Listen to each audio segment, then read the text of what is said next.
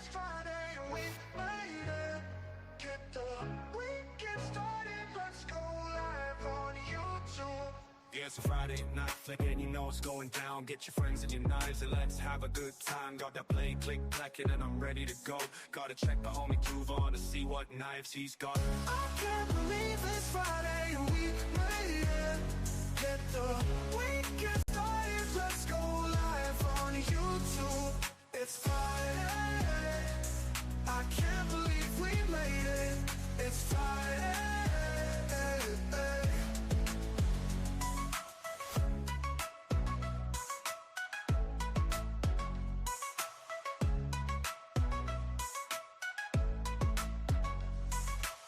I can't believe it's Friday and we made it. Get the weekend started, let's go live on YouTube. Ooh. It's a Friday night flicking, you know it's going down. Get your friends and your knives and let's have a good time. Got that blade click clacking and I'm ready to go. Gotta check the homie Groove on to see what knives he's got. Ooh. Gotta check the homie Groove on to see what knives he's got. Oh, I can't believe it's Friday and we made it. Get the weekend started, let's go live on YouTube. It's Friday, I can't believe we made it. It's Friday.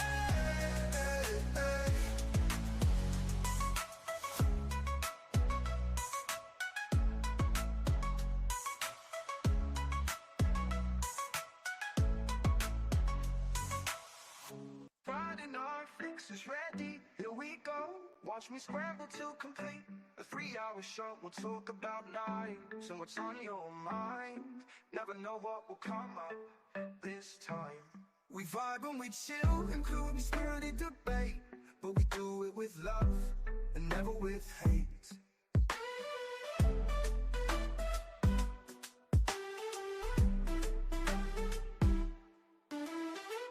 We'll talk about knives and what's on your mind. Never know what will come up this time.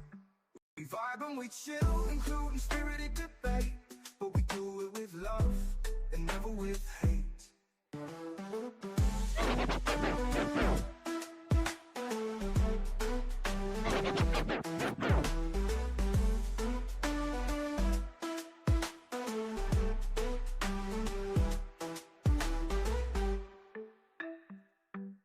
We vibe and we chill, including spirited debate, but we do it with love and never with hate.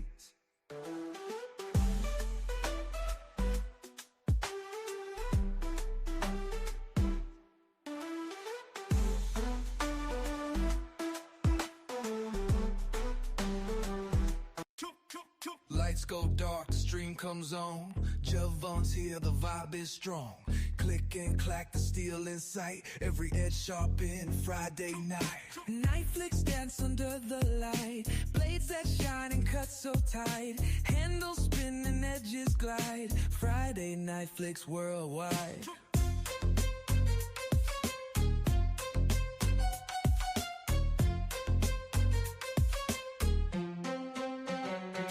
He talks the craft with steady flow. Steel and story you'll wanna know. Flick of the wrist, how smooth it goes.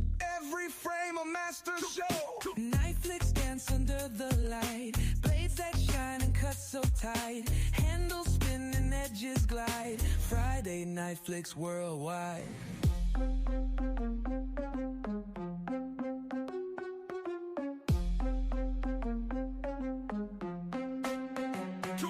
From Bowie to Karambit Steel, every flick has that cool appeal. A little bit, but are you high on cigarettes? And when that stuff runs out, you're gonna wanna make it. Are you high on cigarettes? Let's watch Javon's weirdness and get high on cigarettes. Let's watch Javon's weirdness and get high on cigarettes. Let's watch Javon's weirdness and get high on cigarettes. Let's watch Javon's weirdness and get high on cigarettes. Do you know that you're right or wrong? Do you know that you're right or wrong? Do you know that you're right or wrong? do you know that you're right or wrong? He don't smoke 'em, but he loves it when you do. That's why he's high on cigarettes. And if you find him, you should light him up a few. He's getting high on cigarettes.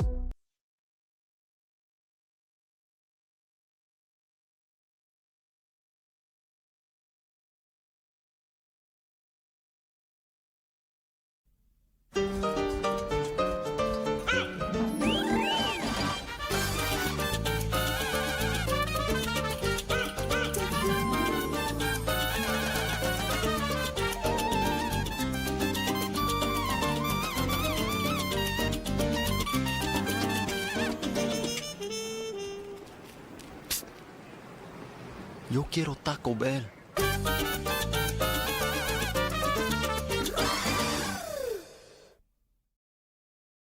Yo quiero Taco Bell.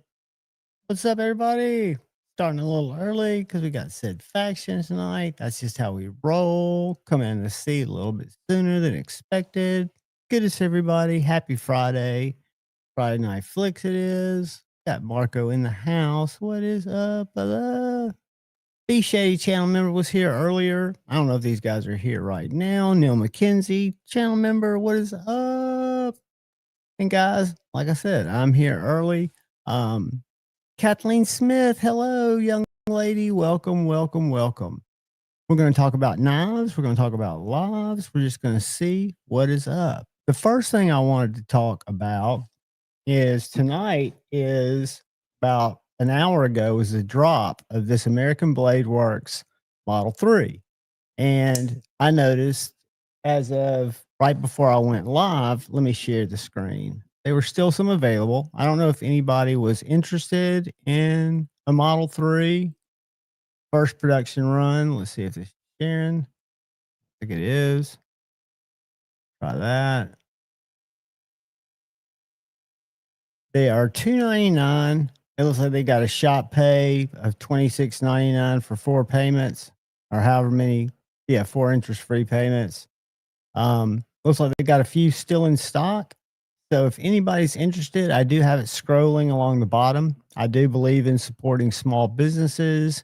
And I can tell you, as someone who had this knife sent to me to review, it is good as the Model 1 or any of Michael's knives that I've seen. Kind of a Warncliffe reverse Tonto style blade that comes down to very thin behind the edge. Really nice aluminum handle, stainless back spacer, and a titanium pocket clip.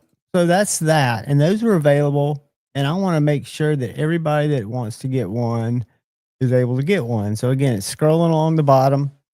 I've got it pulled up. We'll flash back as people come in. What's in 1931 Leatherworks? Terry, Ryan Ellis, channel members both. What is up? Good to see you guys. Good to see you guys. Always great to see Miss Smith in the house. Welcome, welcome.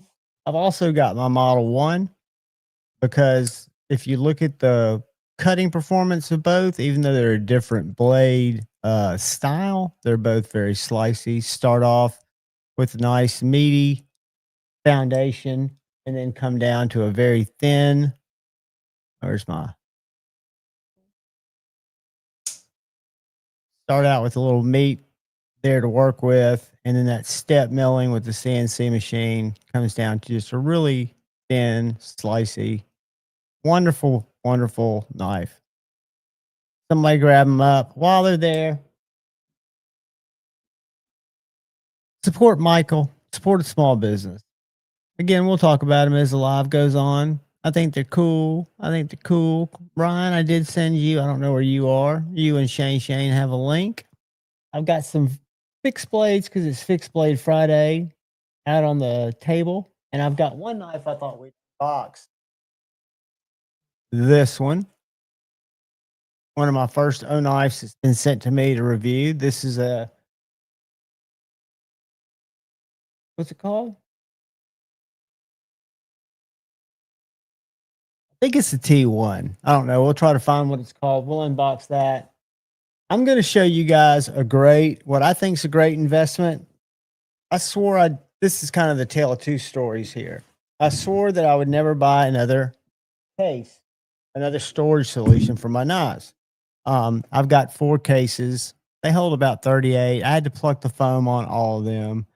And I've been fumbling around Amazon because I need something to carry about a couple of dozen knives. And I was going to get a roll, but I found this. There are only a few left in each color. This is forest green. It's a Cavill case. Okay.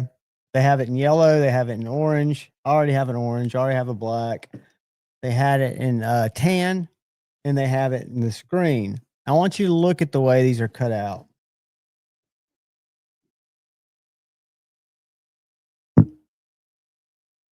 Very nice foam, very deep. Bring edgy on. So I'll pull the trigger on one. Came in, don't know yet how I'm gonna carry my overflow in it, but it is a killer case. Amazon has them for $69. The only downside I could see to this case is if you're looking to lock it, it's got real little locking holes. You'd almost have to use a TSA type of lock. I'm not looking to lock it. Got the what do you call that? The dial for pressure. So I always lock it all the way down because I don't want moisture in there. And I also bought some desiccant patches. But that is $69 in my mind, well spent. I was going to get a roll because, again, I want to be able to carry it back and forth and show some of the people at work. But I'll show you where those are. What's up, Shane? What's going on, man? Did I pull you up too soon? No, I was just looking at something, hoping to get an opinion. I'm going to give you an opinion. Let me pull up my orders. Let me open this up. I don't know how many of you guys have done any acid etching, but this is Bob DeMarco's Junkie that I made him. And can you see that silver line right there? Hold on, let me make you big. Hold on a second. It just didn't etch there, and I don't understand why. Are you talking about right in front of your up at the top? It's a straight line that didn't etch, and I really want to get this back to him, but I mean I can't send it like that. It's on both sides. So it looks like that's a weld. We know that's not a weld. That's where you ground it. So how does etching apply itself? I mean, you just dip it in acid. The only thing I can figure was there was a microscopic layer of epoxy there that had squished out and coated the steel so the acid didn't touch it. Is there something that you can use to I think I'm going to take it and neutralize that? I think I'm going to take it and media blast it so that I can definitely get in that little, that crack with the media blaster and show it again, because it really, to me, I guess it just it's just shiny silver in that straight line right through there that just did not etch. And this side did the same thing, but it kind of... Hey, Birds and Blades. Hey, Ed. Hey, everybody I missed. It kind of started rusting a little bit around where that silver line is. So I got to figure that out so I can get that back to you. Dude, that's a beautiful looking knife, though. I've never been happy with it. I don't know why. It wasn't my design. And like Bob, hey, these have not sold out yet. We're going to check back in just a second. Bob loves it. And it was his design. And like he said, you may never be happy with something somebody else designed, but I have been. I just haven't been with this. Well, how often have you spent with it in your pocket? Very little, right? Because you've been making it to get it out. What's up, Henry G, channel member? I need to go back and say hey to people. We got Richard Hopkins is in the house, the Roman Gnome. I've also got something else we can go over. This is not the package, but this is the stuff I'm about to ship to you. So I'd like to go through it. Awesome. We can talk about what's on its way and make sure everything, because I know I'll forget something. So we'll go over this in a minute. Yeah, let's do that for sure. For shiz. And I got in some. I ain't got anything in super exciting recently for making, but I did get these in. Something new I want to try. I got some brass rivets for scales. So hopefully I can use those maybe on my I at least want to be able to use them on my lanyard holes. But yeah, Yeah. kind of excited about this. How do you seat those? Just like you would with like a screw, or do you have to I was drill in? going to And, epoxy them in. I was going to drill till they're nice and snug and just epoxy them in. Not that I can't feel anything, but I don't have very good feeling in my fingertips, so I'm not sure. But it definitely looks like something coated that blade and kept the acid from touching it at all because it's very shiny there. The whole blade was shiny previously, and I know Bob likes a dark wash, so he carries this in his backpack. He likes this as a self-defense knife, but and it does kind of have that. Who's that maker that makes the Main Street and the Convict and who's that guy, John? Convict. Bob talks about him all the time. He's making a custom for Bob's a big giveaway for a milestone. I can't think of it. I can't think of the maker's name, which doesn't say much. It just means that we all know the name. I just can't remember. It's not Elisha. It's not. No. Anyway, I'll think of it in a minute. Is he a folder who's making a fixie? He makes some fixies, but he's got a lot of Chinese-made folders out there. Say a couple of names. Convict. Dirk Pinkerton. Marco got it. Pinkerton. This does have a Dirk Pinkerton vibe.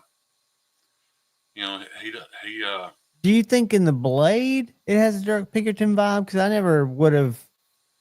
Yeah, he's got some very rudimentary, Warncliffe shapes like this. You know what's weird? I set out early to make a Yojimbo fixed blade, and this is Yojimbo-esque, but it never translates. Like when you try to do it, it just maybe the Yojimbo is just uglier than we all want to admit. But when you turn it into a fixed blade, it never looks as good as you thought it would. Now, is this this is crew wear? I mean, it's a badass. I've passed on the Spyderco version of the fixed blade Yojimbo before. Hey, Lucky Dog, what's up? Maybe I think what it is. I think what attracts us to the Yojimbo and the Yojimbo is that tall, hollow grind. And I think when you take that away, it just leaves the blade very plain. Look at the and maybe mini. I should have did a hole. Maybe a hole would have. The mini is allegedly not very. Bob designed this. I just made it, but I need to get that back to him. Shane, were you looking for a Sage 6? The button push through? Somebody was, and we got 2 more of those in. Not right now, dude. I just don't.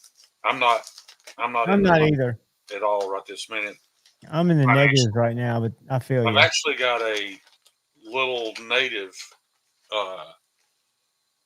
Crew Carta, a little native on hold that I can't even pay for right now. So Brown Sugar, what's up, girl? I'm also seeing you these, John. I may have even gotten these from you. This is a set of shaman scales. Yeah, my Carta shaman scales. And I learned quickly that the thing I don't like about the shaman is the thing that everybody else loves. I don't like contoured handles. I just don't. You need a bodacious. You need to trade your shaman for a bodacious. No, I put AWT flat scales on my shaman, and I love it. So you've remedied it.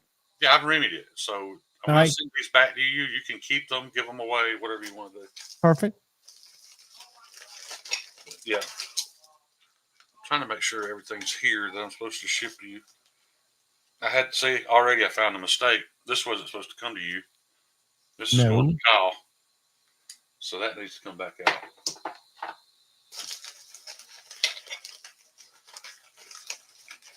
But I already know I'm missing one thing. And here are the 2 frets that are coming your way. All right. One's for me to hang on to and do with. That one I don't mind sharpening. What's the other fret? So I've got this. Those both available? Yes. Okay. So I can sharpen both. This does have some marbling in it. The camera doesn't pick it up very well. That blue does. And it's got aluminum pins.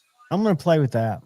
And then this black has marbling in it too, with red liners. But you can see the marbling good on the back, and red pins. So these that 2 doesn't frets, bother me to inconsistency. These 2 frets are available. You can hang on to whichever one doesn't sell, I guess. I mean, got to put edges on those guys. The long-term plan is for you to sell both because I want to make one to match that custom sheath you've got. Well, I should be able to sharpen them. That's just, I want to make sure I'm capable of sharpening them good. Yeah. And Sweet. And you're going to send a spike for Maddie, right? Or are you going to? It's in here, yes, right here. Gotcha. So this one's a little bigger handhold, a little longer prick. I don't know if Maddie's here, but Wrap it in paper so it doesn't come pricking through the side of the box, because I've had that happen. I will. Not with the prick, but with other knives. But I just realized the scales for my Sage 5 are here. And you're sending the Sage 5, right? Well, yeah, but it's not in this package. Hold on, there it is. It's down the bottom. Never mind. And I'm also sending you. This was the cold steel I mentioned to you. It's a Barlock cold steel. Belongs to a buddy of mine. And it's I think the Omega Springs broke. I've got an Omega Springs, but I don't know if they're the same springs. I bet they are. Hey, guess what showed up at our shop today? Brand. This guy owns a hot rod shop, and this is like his sitting on his toolbox knife. Probably gets abused. But we want to get it fixed. Yeah. But yeah, you can definitely feel it, man. The lock. And I can take it down to John too, if he likes to. Look at this, John. Can you see the axis lock bar? How one is a good 1/8 of an inch. Does it look like an S spring to you, Shane? Does it look like an Omega spring wrapped around that one side? I'm not sure. Okay. I'm not sure, buddy. I can always take it to John too. He fixes all kinds of crazy shit. Hey, guess what we got in from a distributor that's, I think, new old stock? Holy crap, what happened? Here comes the rest of the story. I'm glad you're looking through this shit. Oh, never mind. Something just got on it. There's something on my. Yeah, that's my Sage 5. I want you to put the scales on. It was covered in black stuff. I don't know what that even was. And wipe it down good, because that could be oxidation. I didn't forget this. This is the Steve Clark Tried and True. And I'll send that back to you when I send the Stage 5 back. Yeah.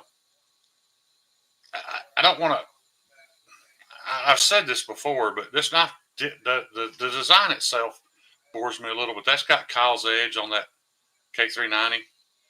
The main reason I wanted this, I own some Steve Clark knives, but this is a Steve Clark Alex Steingrabber. Yeah, Alex Steingrabber collab. So I think that's awesome. Yeah. What's up, Cliff?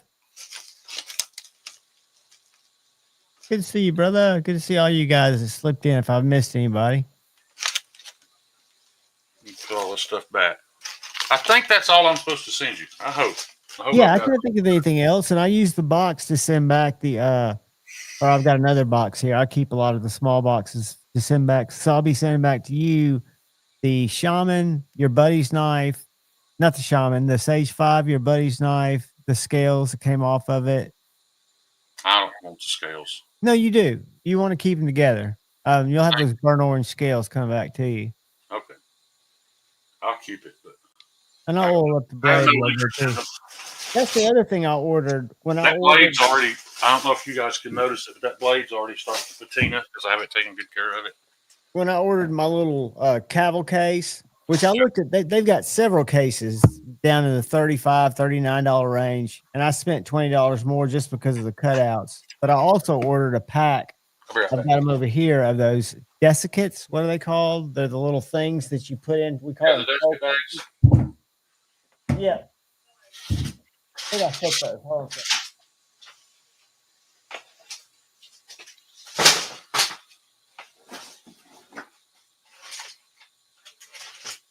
Fuck, I have to get up to get them. Hold on. It's such a public service announcement. I'm willing to do it.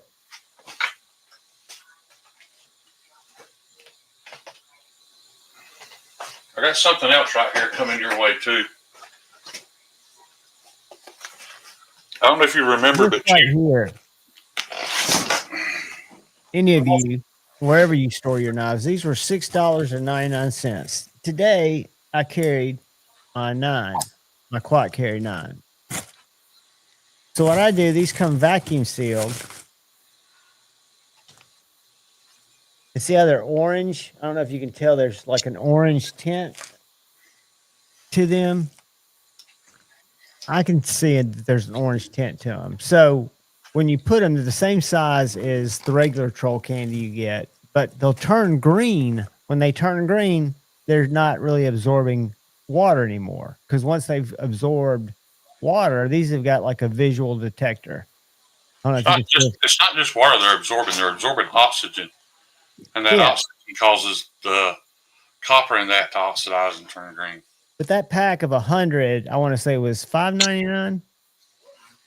Yes, I put AWTs on my shaman. Flattened them out and gave some nice Right. contours. You know what it looks like now? It looks like a bodacious. It does. Because it made it's a skinny. Those are shaman You skinny, see that right? though? Kyle has sharpened this one time. I think I want to do a sharpening tool. Can y'all see how the edge is turned down already? Not bad. Let me make you big. It's not bad, but it does annoy me a Does little. it bother you? How all right? How is it? And the choil on that comes into the. Yeah, there's no choil. I may add a sharpening tool. But so what I'm saying is, it won't hurt the knife closing up because that's all done in this. I will say one thing about the AWT. I haven't experienced on every set of AWT scales, but on some of the compression locks, I've discovered like if I take my thumb and I push the compression lock over, I have to jam it against the scale to get it to disengage. So they have taken away some of the fidgetiness because you just have to be much more purposeful when you disengage that compression lock after you do the AWT scale swap. Let me see what you're talking about. Like mine has to bottom out. It has to go against the scale. I wonder if that's how your liner is. Like if you. Yeah, I think that's the liner delete. I think that's what's. But like I said, I've had AWT. But you can't. Even with the liners. liner delete, you've got, because this is a liner delete too. You still got the liner that's got the compression lock left in there. Mine feels pretty normal, but I had another one that was really bad and I got rid of it. I don't remember which knife that was. Like I had to use my fingernail to pinch it to get it to go over far enough. But I don't remember what it was. But I'm also going to send you this, John. You can give this away. These are high dollar. These IFAC pouches. You can make it an EDC pouch. You can hang it from the back of your headrest. Put some first aid stuff in it. Nice. Whatever. I might even end up using that. I got a buddy of mine that bought and like this one has got a strap that goes across the top, and then you can buy these cheap on Amazon all day, but this is not a cheap one, man. That's a real deal. Yeah. And really you just nice. kind of put your medical kit and your other stuff in there. Right. Yeah. And of course it's Molly on the back. So I'm gonna send you. I've got several of these, dude. He was promoting these on Facebook Market. Well, he's got a Facebook store called the Tack Shack. He was getting $10 a piece for these things, man. I mean, and he's making those. Made ones 15 to 20, but it's a steal. Yeah, I think they sell for about $50. But so yeah, I'd love to check it out. I might have an extra. I might not give away. I might use. Yeah, I was just saying I may have more than one. I may be able to send you one to keep and one to give away. But right this minute, guys, I'm not poor mouthed, but not been able to work. I've barely got enough money to do shipping Monday. Hey, dude, what I'm telling you is you're in no rush to ship me anything when it works out. Well, I need to though because we can't sell frets if you don't have frets, and I've got them here. Fact. That's a fact.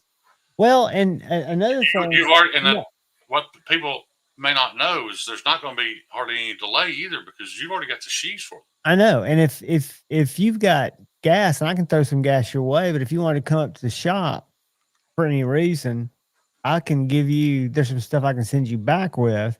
Well, and if you honestly, in that Honda, I may be able to drive up there as cheap as I can ship all this. What I'm saying is, depending on how you feel, it takes time out of your day, so you got to factor that in. But if you'd like to make a trip up to the store, I will be there both Monday and Tuesday, and I can have something for you to take back that's worth the drive. I got you, Paul. I don't want you to pay for that knife until I'm done with it, and it's 100% my fault that I'm not done with it. Like Paul's got an S125 Thug that you guys have never seen. I know you talked about it. That's the grind turned out beautiful on it, and it's actually thinner blade stock than any Thug I've ever made. So that is going to be an absolute laser of a cutter. And I've got the scale material, but I just haven't finished it. So let me get it finished, Paul. And I hope to this weekend. I know I told you that the last 2 weekends, but it was out of my control. But Hey, he had told me he would take a day off and do anything that I didn't feel like I could do and help me out. So because I got to get some stuff done. and that's awesome for me. But I appreciate the offer, Paul. Very kind. But I don't know if you guys know who Jacob Vargas is. Jacob Vargas. I've heard that name. Well, I've heard. Is he a sharpening guy? No, he's in DeMarco a lot. And he reached out wanting a clip point. He was like, "Let me go ahead and pay you." I was like, "No, man, don't do that. Every time somebody pays me up front, something happens." He went ahead and did it, and sure enough, I found out because I kept thinking my gout was getting better, and then found out it was not getting better because it was never gout. It was broken up. Yeah, but he's been super cool. But again, he paid thinking he was going to have a knife in about a week. Here we are 3 weeks later. Yeah. Hey, show those frets if you hadn't packed them way too far. No, I haven't.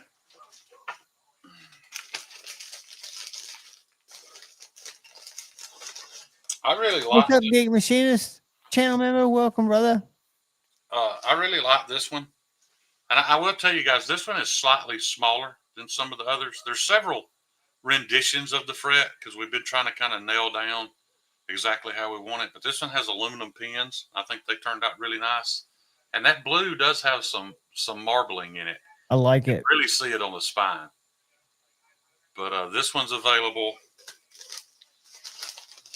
Like I said, the sheet's already done. It's at John's. John just got to sharpen it. And this one's one I want to talk about too. But this black and red, you can see the silver marbling in it.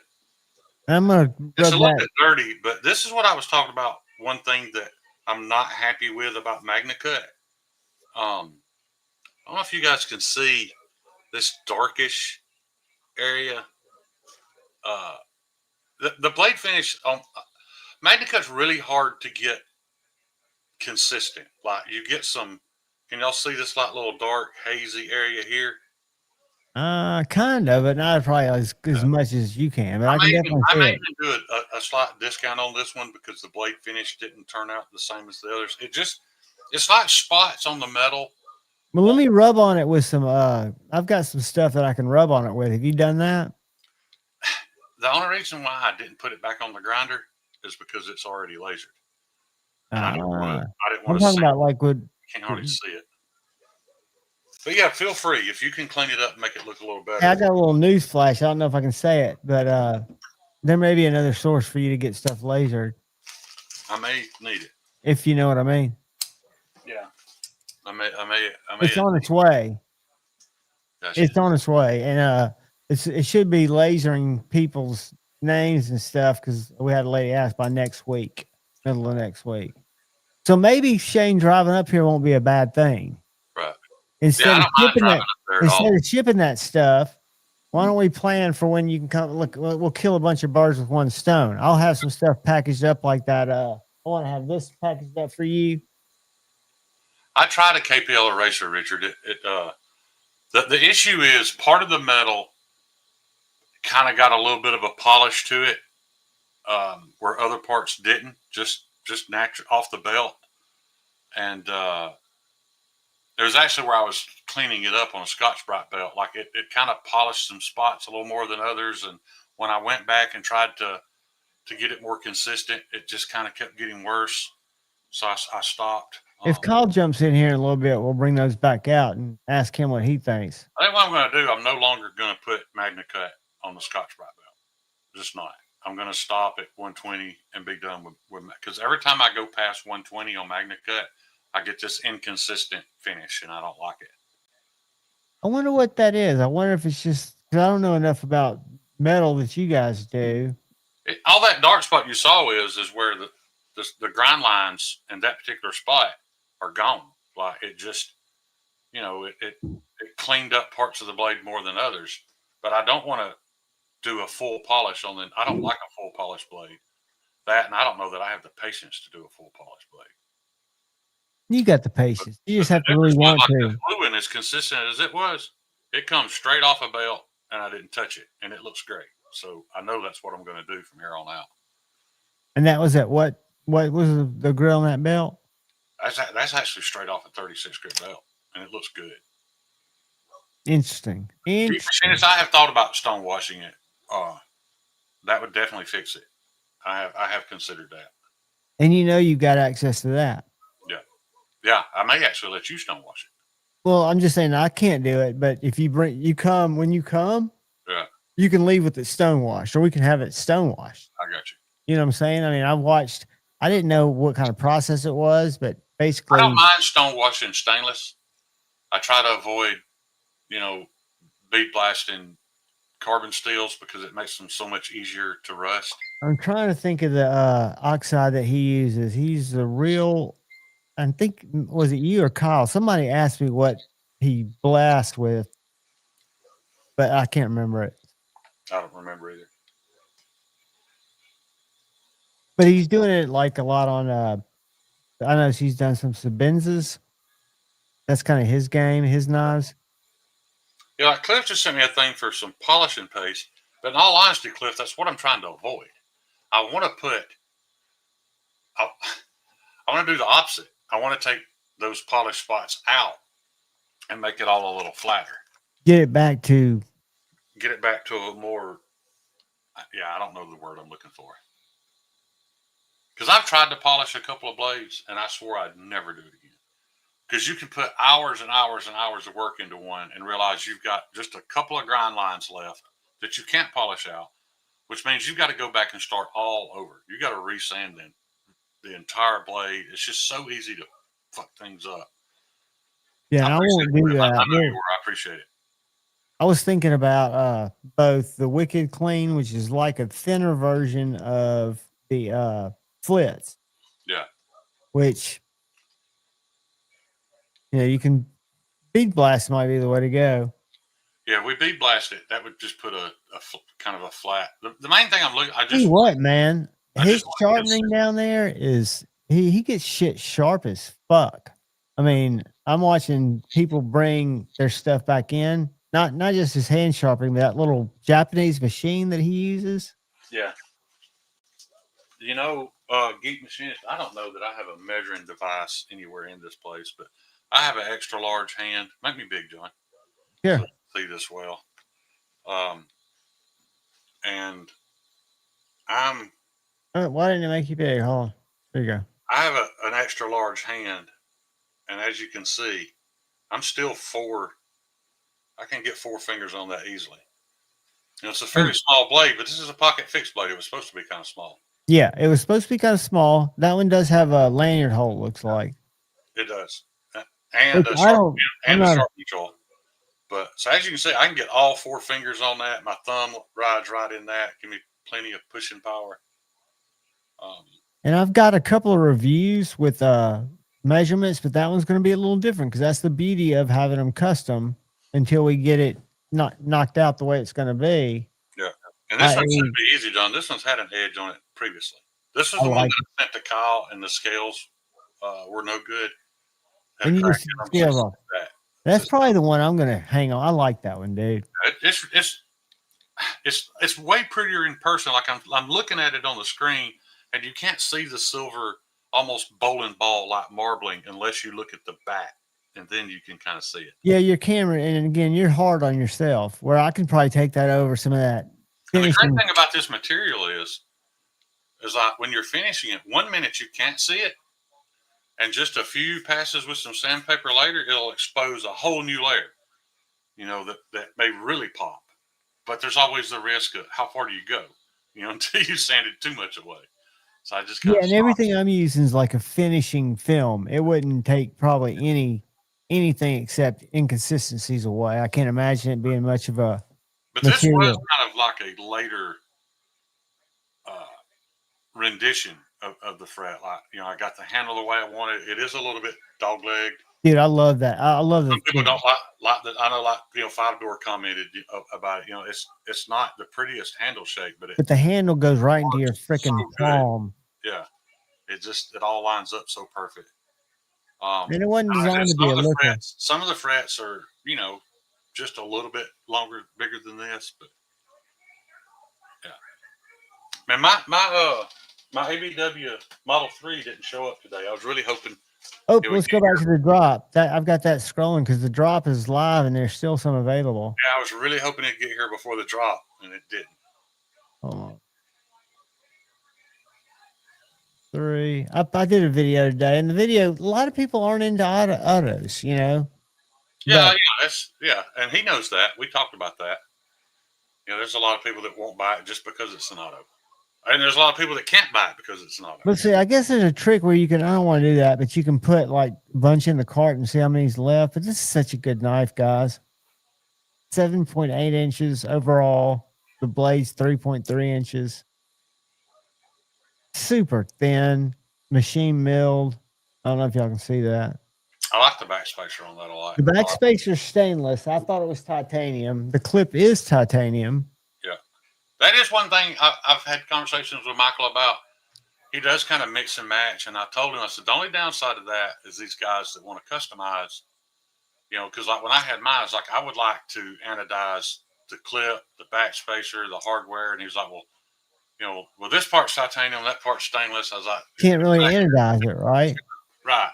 If it was all titanium, I could anodize all of it to match. But And how much difference, Shane, would you think? And I know he's having it all done here, but if he's having the clip done here, you would think that could be done here. absolutely, yeah. It's a great knife, Yeah. and it's He's got he's just walking a thin line, being one guy and trying to keep the price, which not very many American makers are, trying to keep the price, affordable for most people. It's tough, man. We think it's dumb to sweat a $5 difference, but to him, in a batch of every knives, dollar counts. that can be that can be a couple $1,000s difference, and yeah. Absolutely. And it goes back to what's the value for the person looking at it too. So I applaud everything Michael's doing. Yeah, and how many people are concerned with whether they can anodize it all or not? Not that many. Probably not that many. Not that many. I wanted to. Was a little tad upset when I found out I couldn't, but Hey, you've got a slip joint. Doesn't the Model 3 look kind of like a bigger version of the Slippy? I can show it. Takes me a minute to get up, dude. This is a Don't very get up. Don't get up. I just didn't know. I didn't know. know it from your memory because to me it looks kind of like something. It does kind of, yeah. The one knife he made that I like the least, to be honest, I was never a huge fan of the shape of the Model 2. Right, which is their warning. Yeah, I love the aesthetic because it kind of had that Art Deco style kind of, but something about it just didn't jive. I don't know. Just look at that little guy because I think the slip joint's the nicest slip joint made. Yeah, somebody came in and bought all the. Yeah, it's similar. There's a slightly different angle up here, but yeah, it's close. So that gives you an idea. The fret is bigger than the ABW Slippy, as you can see. My whole pinky comes off the back of it. But it's supposed to be small. I think it's 6 inches. Yeah, and my camera will never capture it, but mine's engraved on the back. It says to Cam from Pawpaw Shane. I love that, dude. I remember when you picked that up. I was with you. That'll always be burned in my head. Walking with Ryan and you over there. Yeah, I didn't tear up when I almost did. I didn't tear up when he gave it to me, but then when I was telling Stevie about it, I did. Out in the hallway, I teared up a little bit. I'll never carry this because it's Cam's, but every time he comes to the house, he came the other day, they were picking me up, and he had to come inside just for a second. He picked it up, took it out of the slip, opened it, closed it, put it back in the slip, and ran back outside. He has to lay hands on it every time he comes in the house. So that means so much. Everybody that planned this, holy shit. huge success. That's all I can say. Well, I knew nothing about it except I got to witness it. Yeah. So tomorrow's video that's coming out is this, and then Sunday I've got a video coming out from a young man who makes a knife called the MK1. It's Flint River Design. He's a local guy. Hopefully y'all like the knife. I think it's pretty cool. Different knife, little tactical knife for he made it for law enforcement that were I researched it. It's a Montana knife that's very popular. It's got a paracord handle or something too. God. Anyway, he wanted to make, because a lot of the officers were asking him for something a little bit more beefy. And, you know, I'm not a thruster kind of guy, but this is definitely a knife for thrusting. You know, thrusting knives. What's he making it out of? Do you know? Yes. He's making it out of your favorite steel. Don't care. And let me tell you why. The average police officer may carry that his entire career and never have to use it. Hopefully not. For a cop to be in a scuffle on the ground and have to take that out and use it, who gives a shit what the edge is like and how long it stayed sharp? That's not what that knife was made for. All that matters is that the tip don't snap off. But he does want it to be able to be used, and he's one he's an interesting guy, Shane. I'd love for you to meet him because he just graduated from UAH in industrial design. But he's somebody who I think would embrace some of the different steels because he's got a small shop. You know, everything he does in his confines. You know, nothing. He doesn't sub out anything and have it come back. His scales, I think, are his biggest headache. Right. But you know.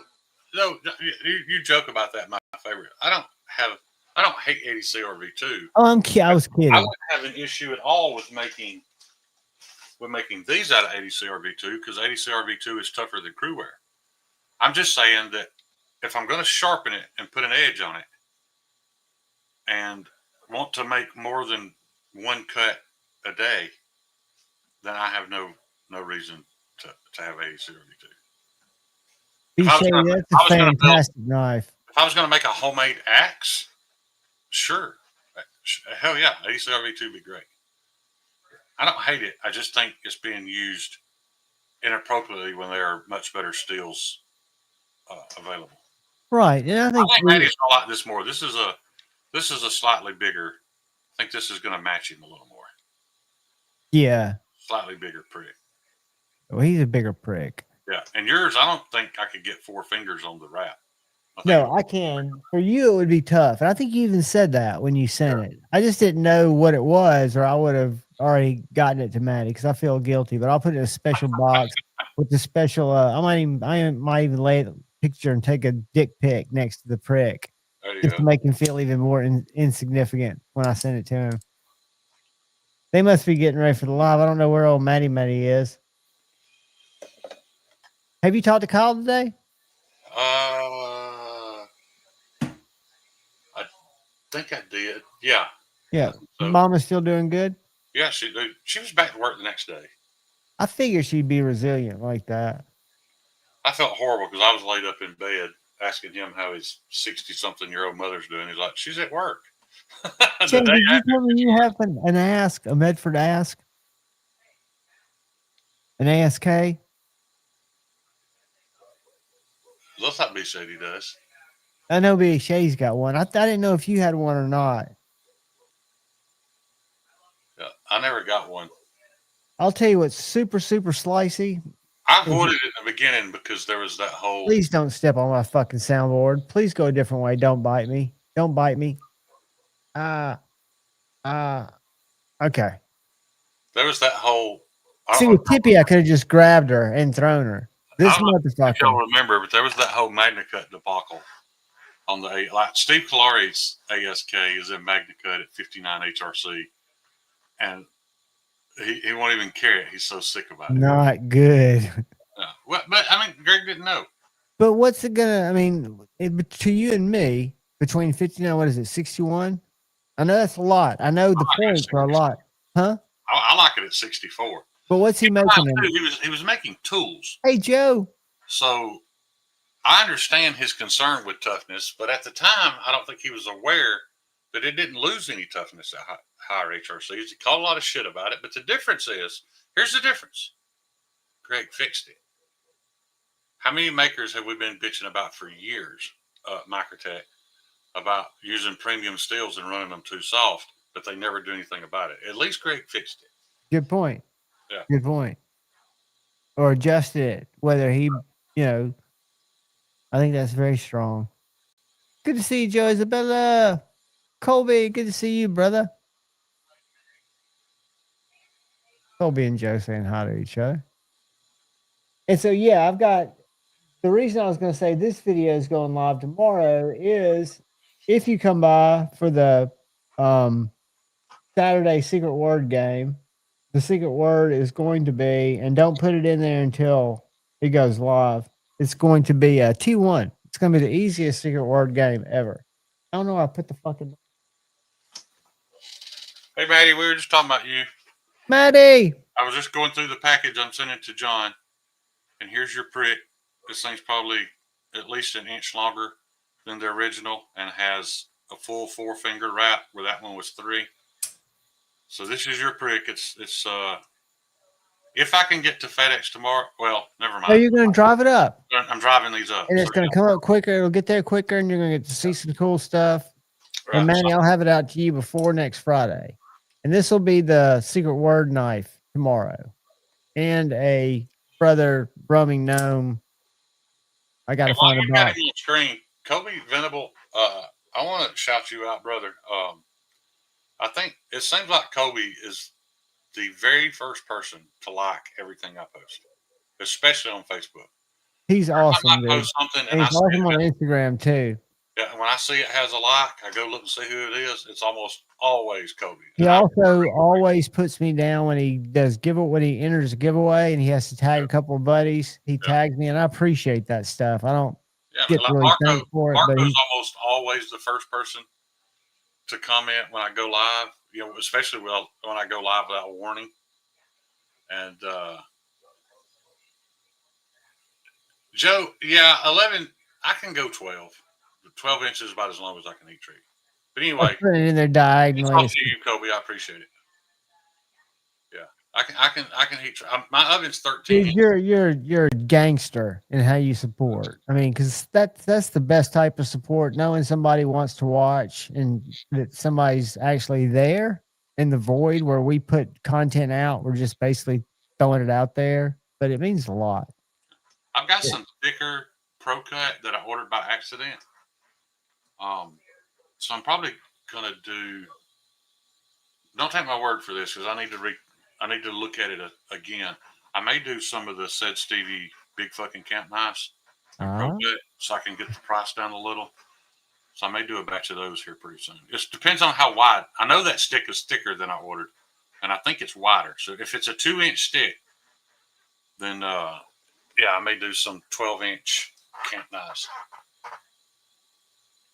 And technically, you want an inch in front of and behind the knife in the oven.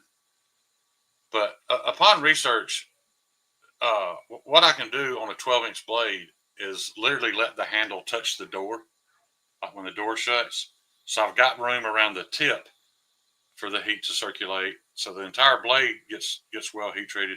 Now, the last half-inch of handle may be a point or two softer, but it doesn't matter. Hey, Shane, I'm going to get up and play a game and see if you can tell me what knives these are without reading it. Oh my gosh. I'm going to make it big again. It's it's a Cold Steel Pro Light Sport. I spelled it wrong. I've never seen that. We've got 3 of those. They're like $35. What's what I was going to tell you is what I got in today was a Cold Steel Code 4. Remember how Grateful Panic couldn't get a spring for it? Yeah. Well, evidently, that's not a lie, but we have distributors that have old new stock. Have you ever seen that knife? You probably have. A CLA. It's a Benchmade CLA. I haven't. Little automatic with the safety. Super nice knife. It's in Magna Cut. It's an older knife in MagnaCut. No, it's new. It's a new Benchmade. When I say new, I think it's just a line that I wasn't familiar with. I think that's a pretty little knife, and I know that. I don't think it was different enough from a bug out to stand out. It But just it's an looked like a auto. bug out with a bulbous handle. I wasn't But a it's fan. an auto, Oh, okay. and that's a Bark River. They call it the Featherweight Hunter in LMAX. Yeah. That was something. I'm trying to find love in some of these cases. Something that I like that I speaks to me. just can't, man. I've tried. I just can't. Check this out. Joe, I appreciate that, but He I had a picked manual this one up of these. at a pawn shop for $400. Watch this knife. Yeah, the DLC or the DOC. Well, yeah, it's the dot kill switch. It's My evidently issue- really rare. Yeah, I owned one.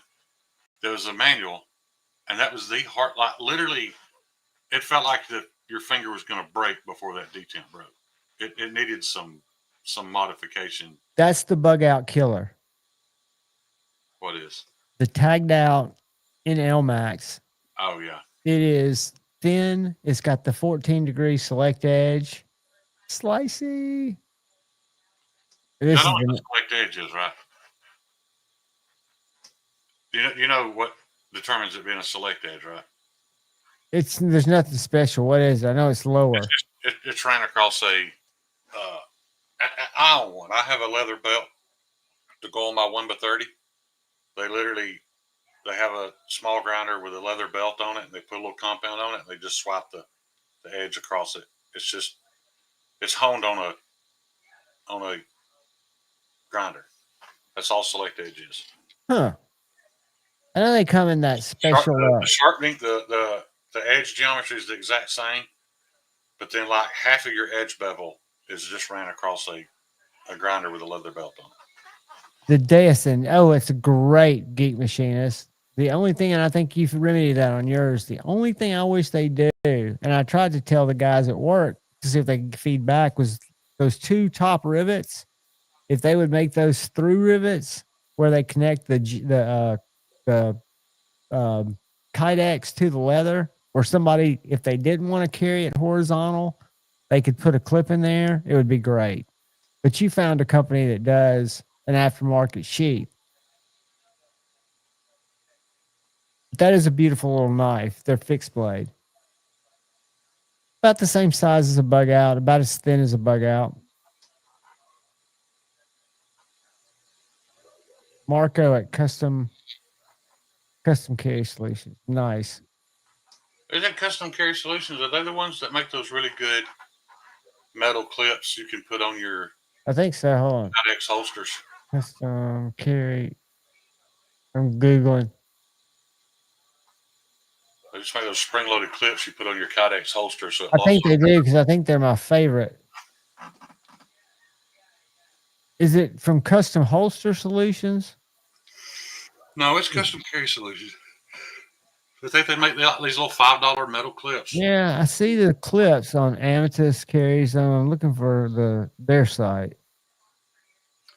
Richard's asking how force is on the model. I'll say this from my experience with the prototype, Richard. It doesn't fire near as hard as the Protect, but I think that's a positive. Yes, I think Protect fires. It fires way harder than it needs to. The blade flies out. It's got enough force to fly out fine. It comes out quick, but it does not feel like it's going to come out of your hand. I don't like how hard a Protect hits. Some people love it, and I get that. But if you're looking for that, it's not going to fly out of your hand, but it's instantaneous. Yeah. So the spring for me is just as strong as a Protect spring. It just doesn't seem tuned to make it your hand wiggle, which a lot of people like that thud. This one's got the thud, but it's more of a thwack, if that makes any sense. And I don't, like Shane said, have to feel like, give you a burble or a.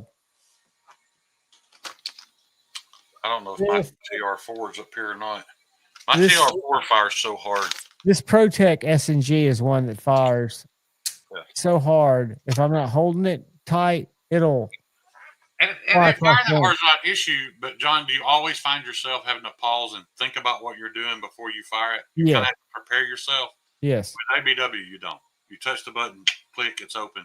I always have to prepare myself for a Protect when it opens. Yeah, this one, and it's, you've got to be digging for the, not digging, but you've got to be purposefully trying to push the button. It's not gonna, not fire unless you want it to fire. Yeah. And it's not by any means screen doorish. It's instantaneous. So if you watch, it's just not blacking it out there. Yeah. I know some people love that recoil off of a Protect. And that's probably been fired over 150 times since I've had it. I love it. I've cut with it. Can you not see if they've sold out yet? Let's see. Let's take a look. I just hiccup, man. It's my Hey, did y'all see what they're slipping in the and Shane's probably for this, but they're slipping it in that bill that's in front of Congress now, the spending bill or whatever. For what? They're outlawing THC beverages and gummies. The feds. They still got a few in stock. I hate to discuss it because I know a lot, and you guys have all. No. It's I've just all seen me partake. Well, to me, every situation where we've had a chance to see what it leads to, it has never been positive. But my point is, they're slipping it in a bill that has nothing to do with it. That's what they always do. Right, but that to me is not the way it should be. A bill should be a bill. It should be self-contained, and nothing that doesn't apply to what it's changing should be included with it. Agreed, because everybody wants to get their part. That's when government became crooked, when they started doing that. They're like, hey, we'll pass this healthcare bill, but we're also slipping in this gun control part. Well, what's interesting to me is how it's going to affect the feds have the actual balance, the win there if they want to enact it. But if it's going to make them strong arm some of the states that have gone full legal. Yeah, let me say this too. I am always pro state choice. I don't think the Fed should be able to tell states what is legal and what's not. However, I'm also pro those states suffering the consequences of the decisions they make. Absolutely. And reaping the benefit. In the next 4 years, New York City is a fucking bigger cesspool than it is, and all the big businesses left, and they don't have enough tax dollars to keep the city open. I'm not going to be upset at all. They made that decision. And if they reap the benefits off some of their other. Yeah, absolutely. If that guy fixes it, hey, man, I'll come out and say, hey, we were wrong. I've always said that. The first time somebody can show me a Chinese knife in their version of an American steel and it performs in line or better than that American steel, I'll give them my hats off. I think the one to watch is North Mountain Blades. Lots to be said. I've seen the one. I haven't cut a lot with it. And Jeff, A to Z, I stopped by his house just to see how he was doing, and he's misplaced it. Somewhere in his house, he doesn't know where the fuck it's at. I wanted one too, just because I'm a big fan of Strider, but I think I'll just wait. Well, this was the Chop 4. His was not at all. Most of their knives don't look anything like Striders. So if you look at I like to buy a Strider.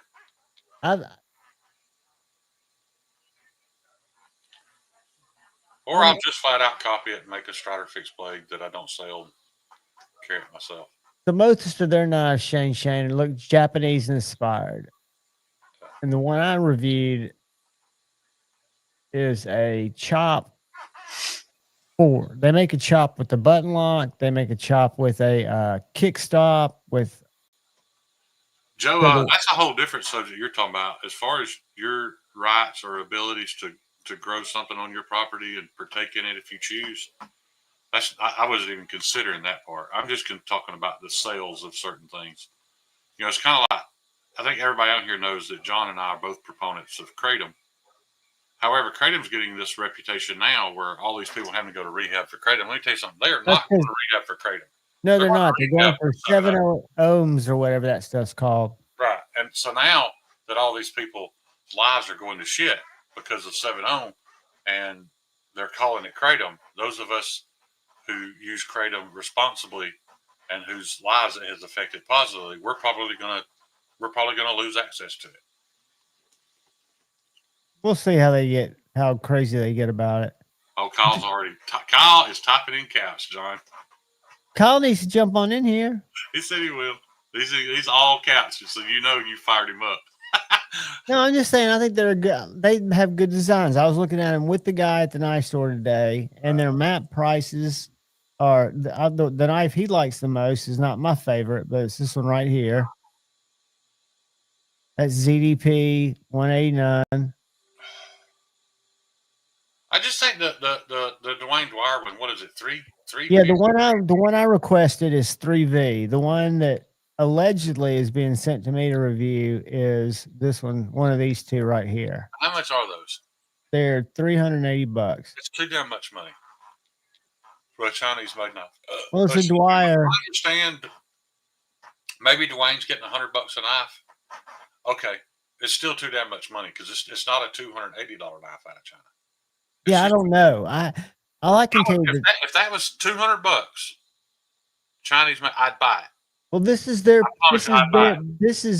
site. I don't know what that's gonna. I don't know what that's gonna turn into. Shane, we're talking about between that and the cheapest Strider I can buy, $150. That's dumb. This is the one that I reviewed, and it's iron. It's desert ironwood, which is beautiful. Titanium liner. It's not the steel that Kyle likes in all caps. I agree. But this knife is $160, and it operates like a $300 knife easy. Let me show it to you in some other views. Hold on.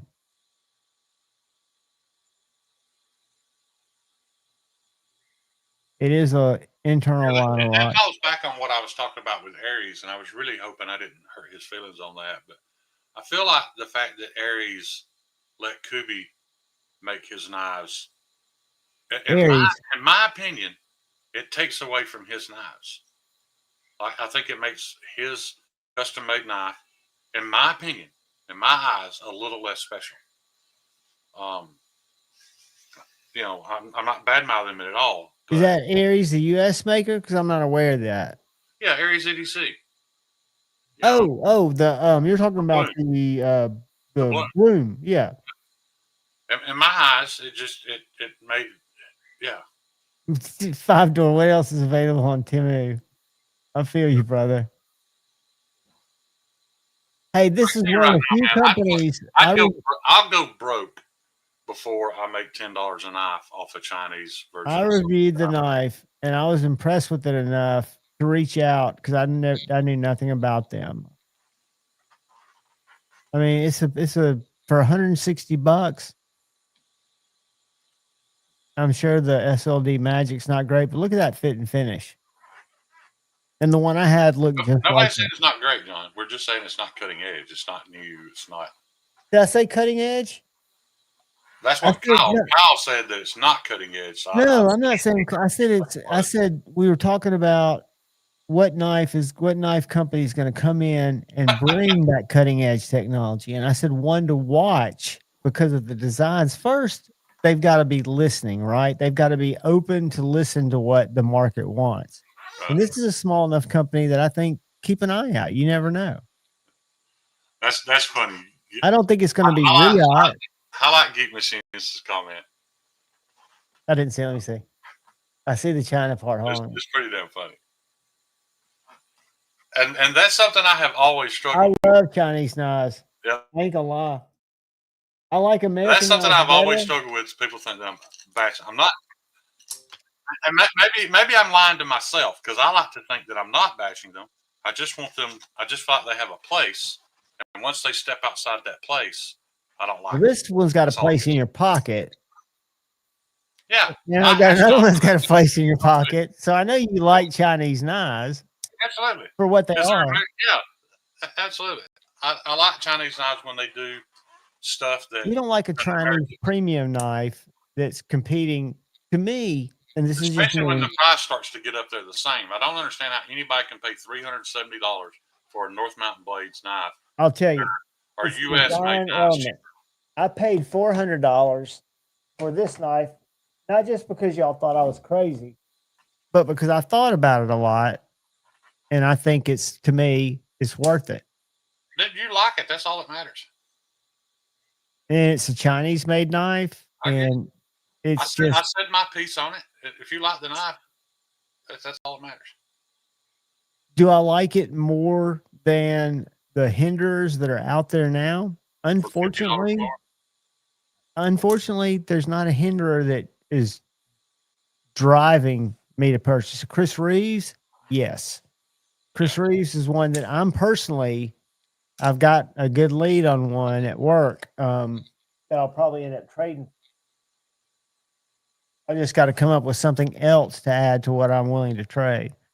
That's my problem. I don't like to get rid of stuff, especially the stuff that people come in and say, "Oh, I want that." Well, I know you do. What we gotta do for me to own your Lamia? Dude, that's you're first of all, you're first in line. Kyle second. If something happens to you, I will punch Kyle in his the mouth. Lamia, y'all, neither one of y'all have to worry about it. Lamia ain't going nowhere. Probably till I go somewhere. However, I'd agree with Ryan on this. As much as I want the knife, I do want to buy it from Alex. Dude, it is my prizedest. I love I still say my field duty is my most carried knife because I don't carry this one as much. But this knife is just chef's kiss. You're gonna hang on that Leon Ma thing for. Dude, I'm just telling you, it's a great knife. I've offered it to you to check out. No, I get it, man. It speaks to you. It does everything you want it to do. Look at There's this. nothing wrong with that. It better be more than one punch. Kyle, at my age, all I've got is about 3. So all you gotta do is survive 3 or 4. So I stepped out when I bought this. It was $350 because I bought the one with the G10. That unibody construction gives it a very unique sound, but it just thwacks out. It's thin L-Max. It's made by a guy who does kitchen knives, so it's really slicey. I think it probably needs to be sharpened, but it's still plenty slicey for me. And just the action, like just then, I barely nipped the top of my thumb because it's just so good. It's just thunders into, I don't know. I got an $80 knife that's got better action than that.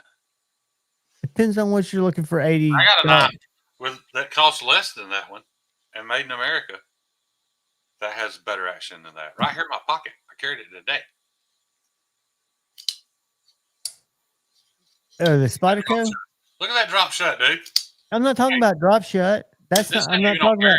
This ain't even on bearings, dog. But I'm not talking about drop. Drop's great. I've got a Spyderco on washers that drops like a beast. I'm talking about just the action. So that is the action. Is how it opens and how it closes. How it opens and how it closes. But to me, just like a Sabenza, which I used to not understand, there's something about the control drop that is also, it's not the same as a drop shut. But that knife cost $150 more than this U.S. made knife did with the scale upgrade.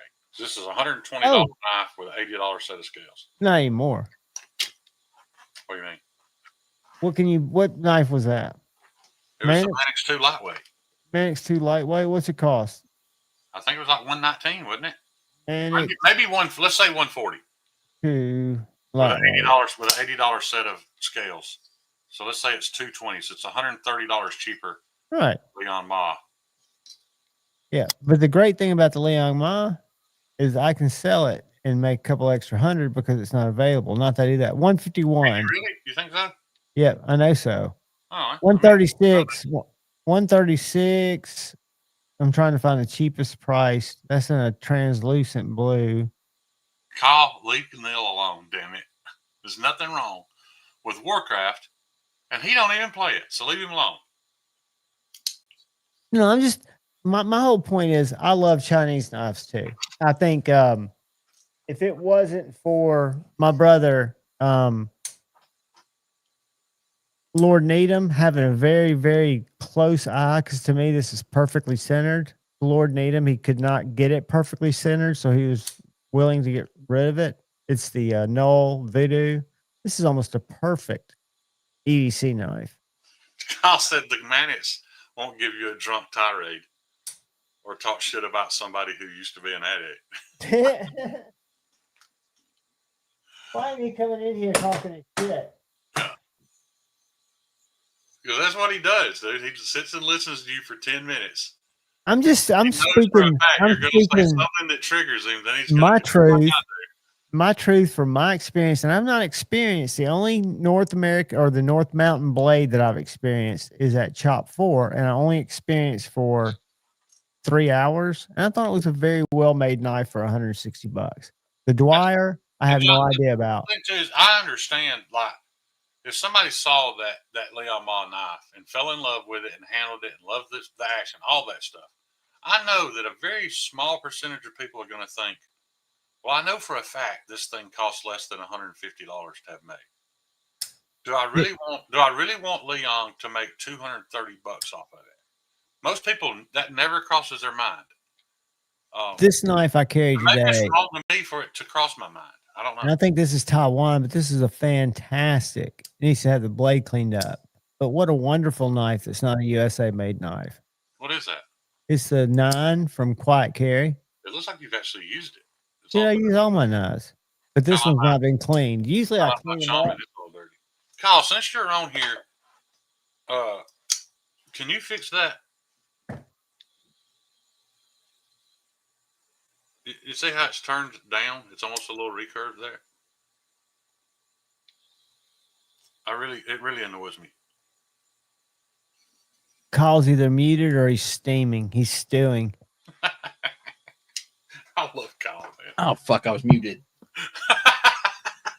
Oh. I said, are you talking about where the nub's at? Right in front of the nub.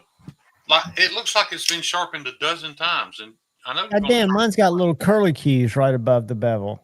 Shut up about the curly cues. I must have sharpened this one. It turns down a little bit, right? Yeah, that's because there's so much been sharpened off of there. You only sharpened it one time. It was brand new. Well, then I don't know, dude.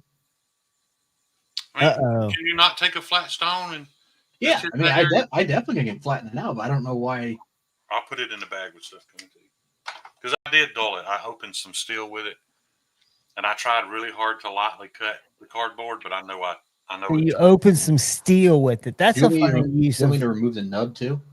That's why I have the Kaiser sheepdog at the shop now. Anytime I open steel, I'm using that Kaiser sheepdog. I don't use my American because I'm literally pressing down against steel and dragging my blade across it. It's going to dull anything. Kyle asked you something. What'd you say, buddy? I said, do you want me to remove the nub too? Nah, the nub no. But I mean, if you want to. But it doesn't I don't necessarily want to. I'm asking what you wanted. Yeah, you can. Yeah, I mean, you can actually see like a little recurve area right there. Close it up and you'll see where the nubbing really becomes an issue. It doesn't bother me, but it's the bodacious doesn't have it. Close it and look in your little. Take the nub off and do whatever. Yeah, take the nub off and. Okay. Yeah, but I don't even think it'll cut paper anymore.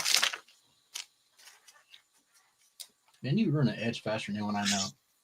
Out towards the front, it will. It's still sharp out towards the front.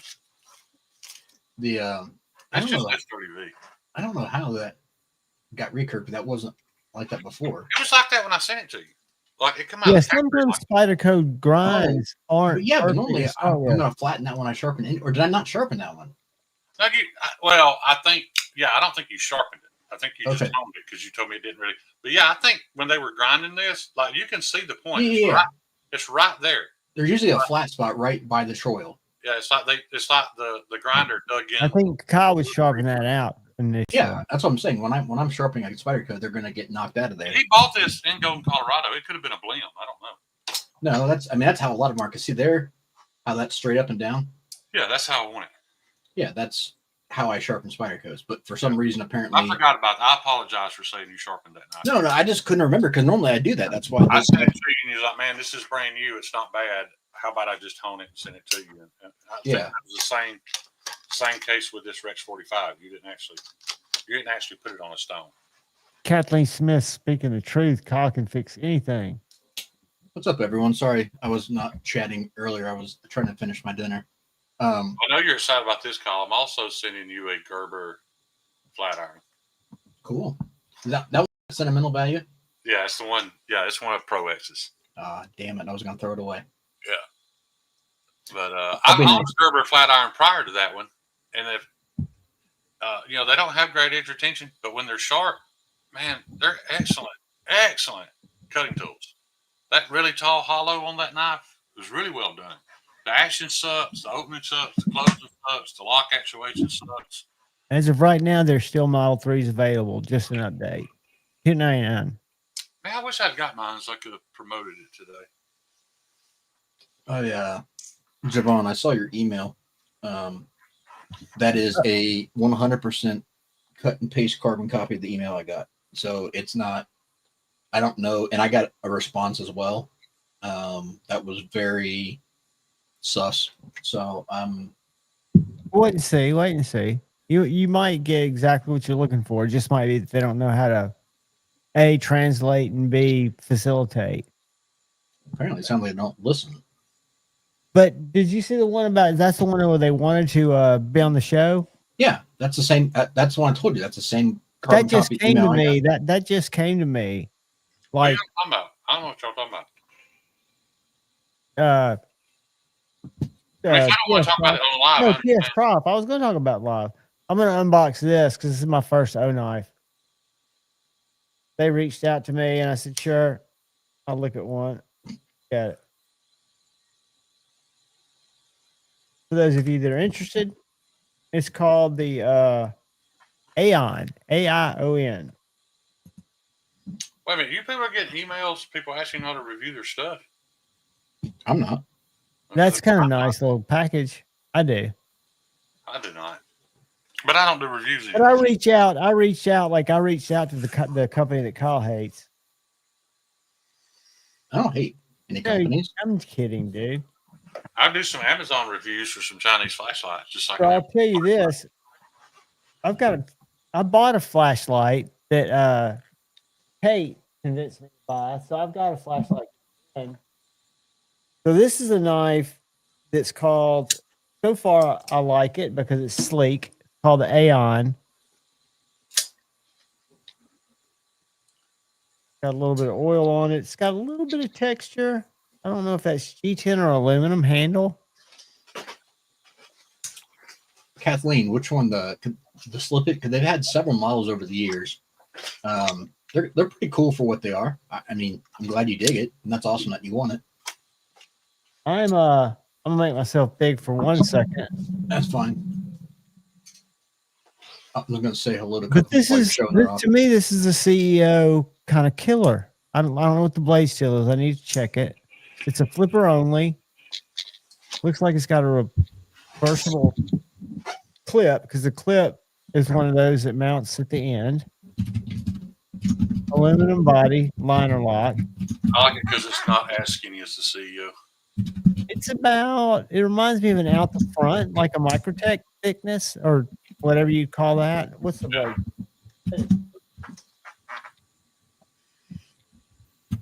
So, I'm gonna have to make myself small and break out my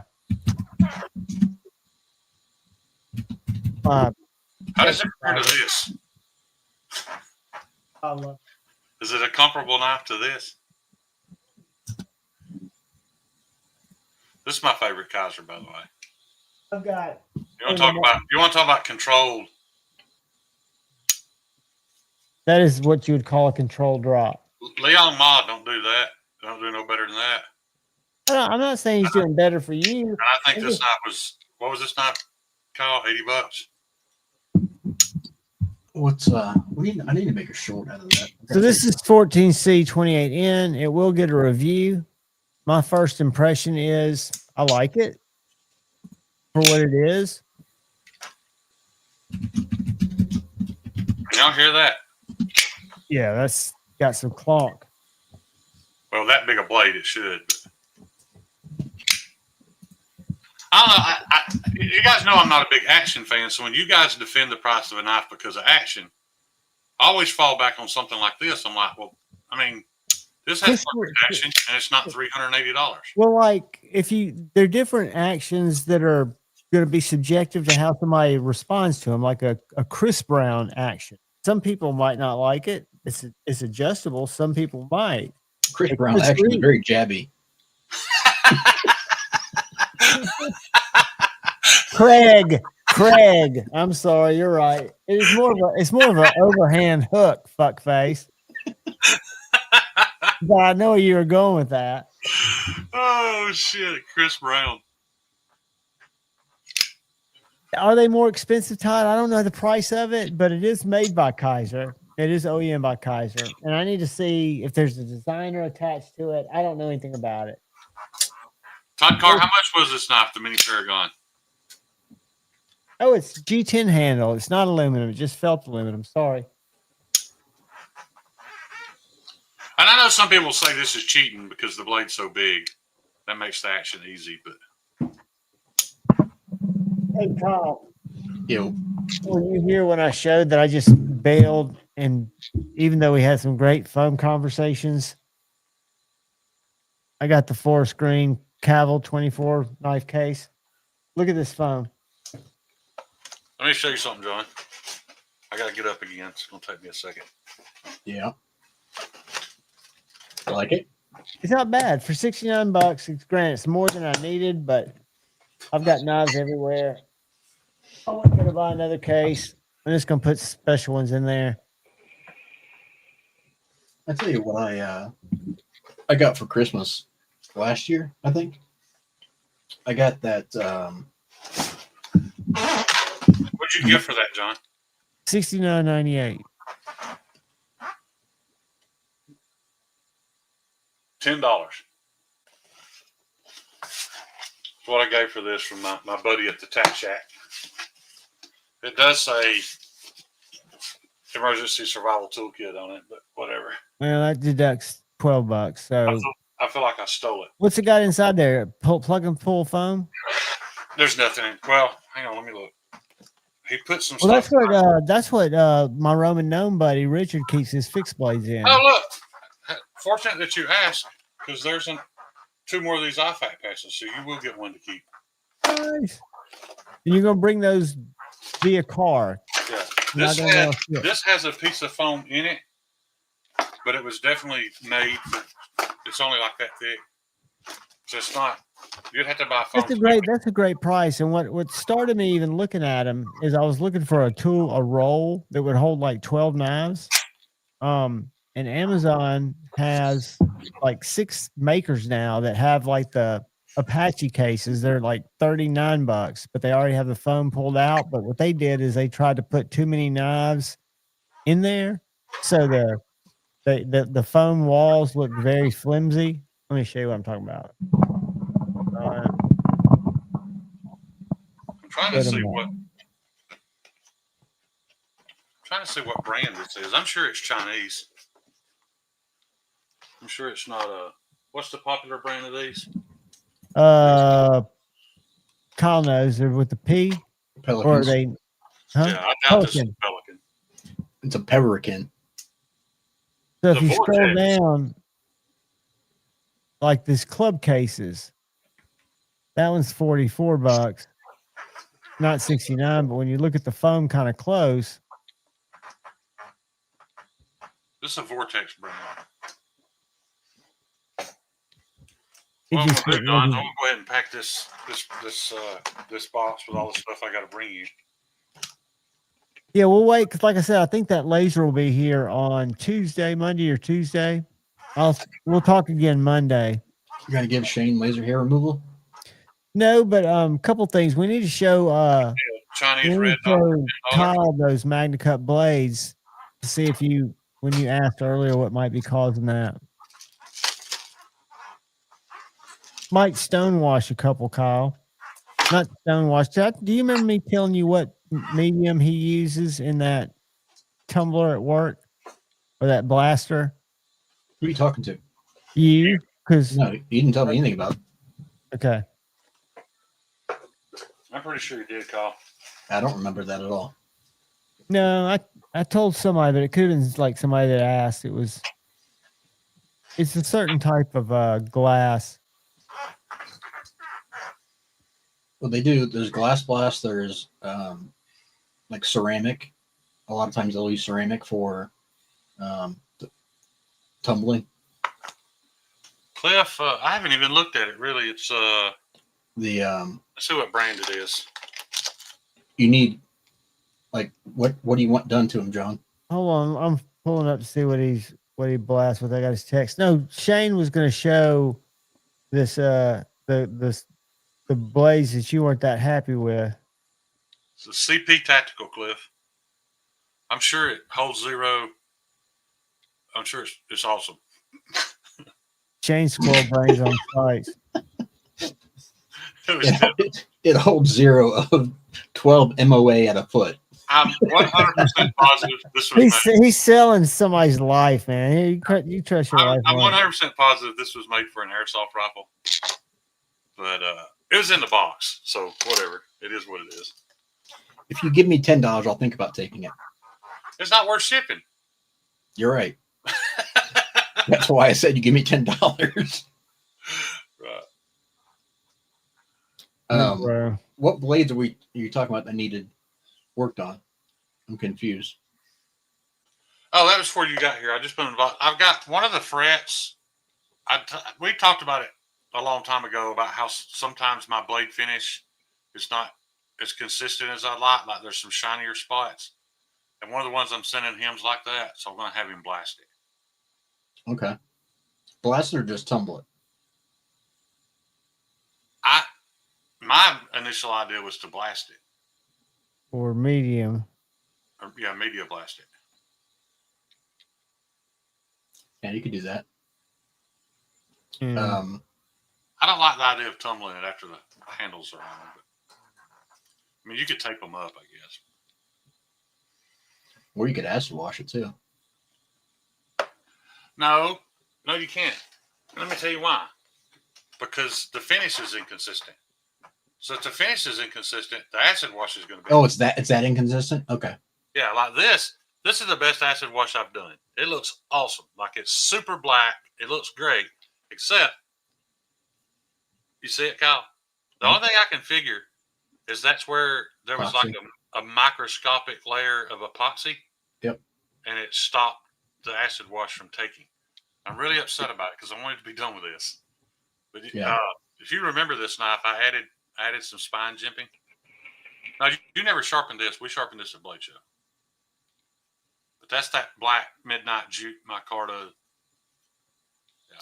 Yeah. I would honestly say you could, if you're going to, whatever you do, if you're getting inconsistent, you could spend a little bit of time hand sanding the blade and try to get it more consistent before whatever finish you put on it, and it'll still turn out a little better. Let me be honest, Kyle. I could have just went back to the grinder and swiped it a few times and cleaned it up, but it's the fact that I already had it lasered. And maybe that shouldn't stop me. Maybe I should just redo it and just take the laser off and start from scratch. But if John can blast it, I'll be happy with that. And there may be another laser. The blasting may actually take the laser. I don't know. Or it's at least going to mute the laser. I'm not going to blast it. I'm going to let Tate blast it.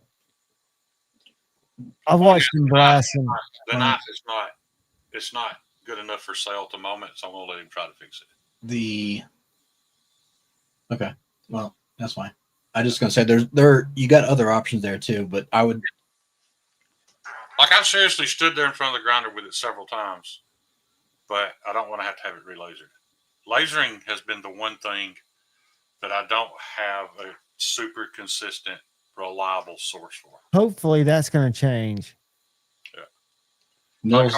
You're 100% correct. I know that's what he had in mind. Mills had a good idea for that the one you just showed off. Yeah. Yeah. Well, believe it or not, with this micarta, you can just drop this whole knife in acid. Take it out. No, he was saying blast it because to get rid of that goo. Yeah. spot. That's what I'm going to do. Yeah, I've got I've got access to a media blaster. I'm gonna blast the whole thing, but I'm gonna make sure I clean all this up good and redo it. So if you remember I can't remember who bought that one that I got to finish looking like DLC on, and then they turned around and just beat the shit out of it. I don't remember who bought it, but God, you were mad. What was that? It was a goon. Yeah, it was a goon, but so it had similar issues. It had similar issue to that one so I ended up going through and I hand sanded the entire thing and then acid washed it.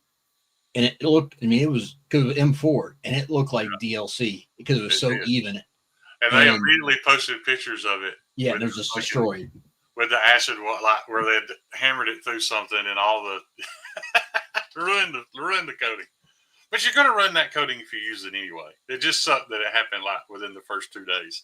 Yeah, I'm like, why did I bother? Who was that, man? Is somebody? Yeah, hey, when somebody unboxed it, that's the impression you were looking for, brother. I mean, nobody can take that first wow. Was it 5-door? No, it was not 5-door. I can go back and figure it out. Give me a second. I don't make the goon anymore because it didn't sell very well, and this is so close to the goon too, even though it's DeMarco's design. But now, when I did the big goons, those were kind of popular. I just haven't had time to make any more. But the small goon, that might have been before we started doing. God, we'd have to scroll back so far, but I remember you said. No, I'm looking at like the spreadsheet, and I think it's before we even started the spreadsheet. Yeah. I remember you messaged me and sent me a picture of it. I was like, that motherfucker. Quick little update. The Model 3s are still available.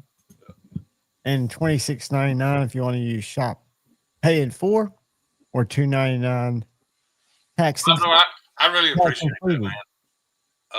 It wouldn't hurt my feelings at all if you made a post about it here and there. But I do know my handle, everybody that I've made that knife for, and when I hold a kitchen knife, I hold it with 3 fingers on the handle and 1 finger on the spine. Congrats, Mills. But everybody that I've made that knife for has said the handle needs to be a little longer.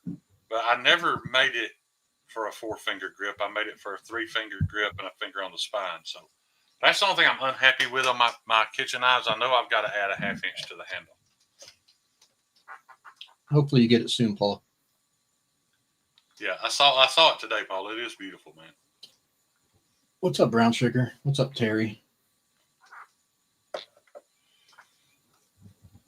Yeah, and 5-door, in all honesty, though, 5-door, the handle on yours, Kyle says, the best thing I've ever made. Yeah. So, I didn't. Maybe you're being a little biased because you got the best one I ever made. Kyle, did you see this earlier? I didn't do a lot of work to it. Called a Kill Switch DOC. Yeah, I'm familiar with the knife. I'd never seen one before. So your hand shook when you open that? I don't like that.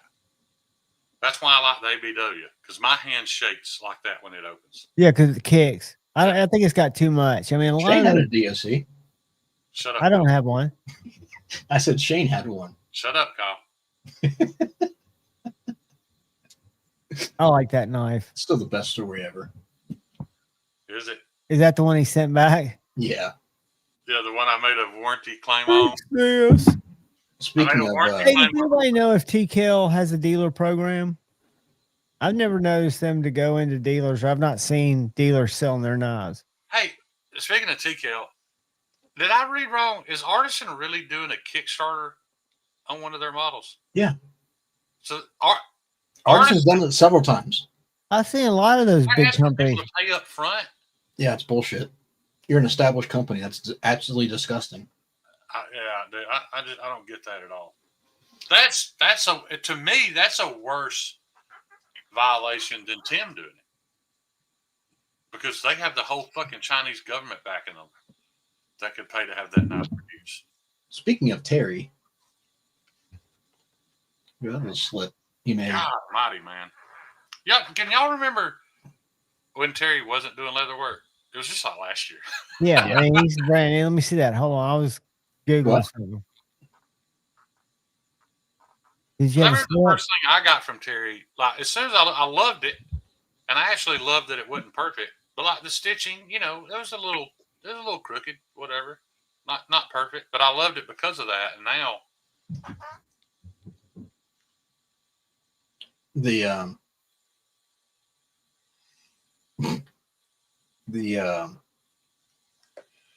other so here's one of the wallets he made me. I showed this off before when I got them. But this was cool. The card slip. True. yeah, And That's beautiful. I'll tell you the other. I don't know if Terry's still here, can hear this or not, but the other one that you made me, the top tops loading one, is probably my favorite wallet I've ever owned. It is unreal. This one's good too, but the other one, I thought this one was going to be the one I really wanted. The other one is phenomenal. I think if more people had it in their hands, it'd be hands down probably your top seller. Cliff. Fortunately, we live in a country where we're not forced to waste any of our time or energy on liars and cowards. So there's that. Word, brother. I'm saying. Here you go. Yep. The autos are still available.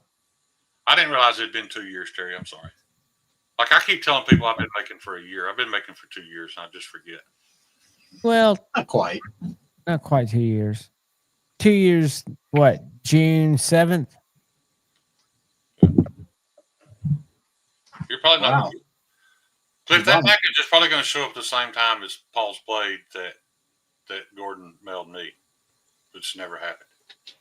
I would have never said that man's name, other than the fact that he lied on me. Who's that you're talking about? That fucking what's his name? What's his YouTube channel called? Kodiak Bladesmith or something. Oh, is he the guy that does the late night? See, I've never watched him. I've seen him. He's always live. Hold on. Tell me if this is him. Kathleen, Javon does. We've covered this several times. We appreciate the fact, this is an American company making a good product. We just don't think that an established company doing a Kickstarter and asking you to pay up front for a knife that you might get for 6 months. Kyle and I'm not saying as a community as a whole, but Kyle and I both feel like that's a little unethical. I'll put this out there.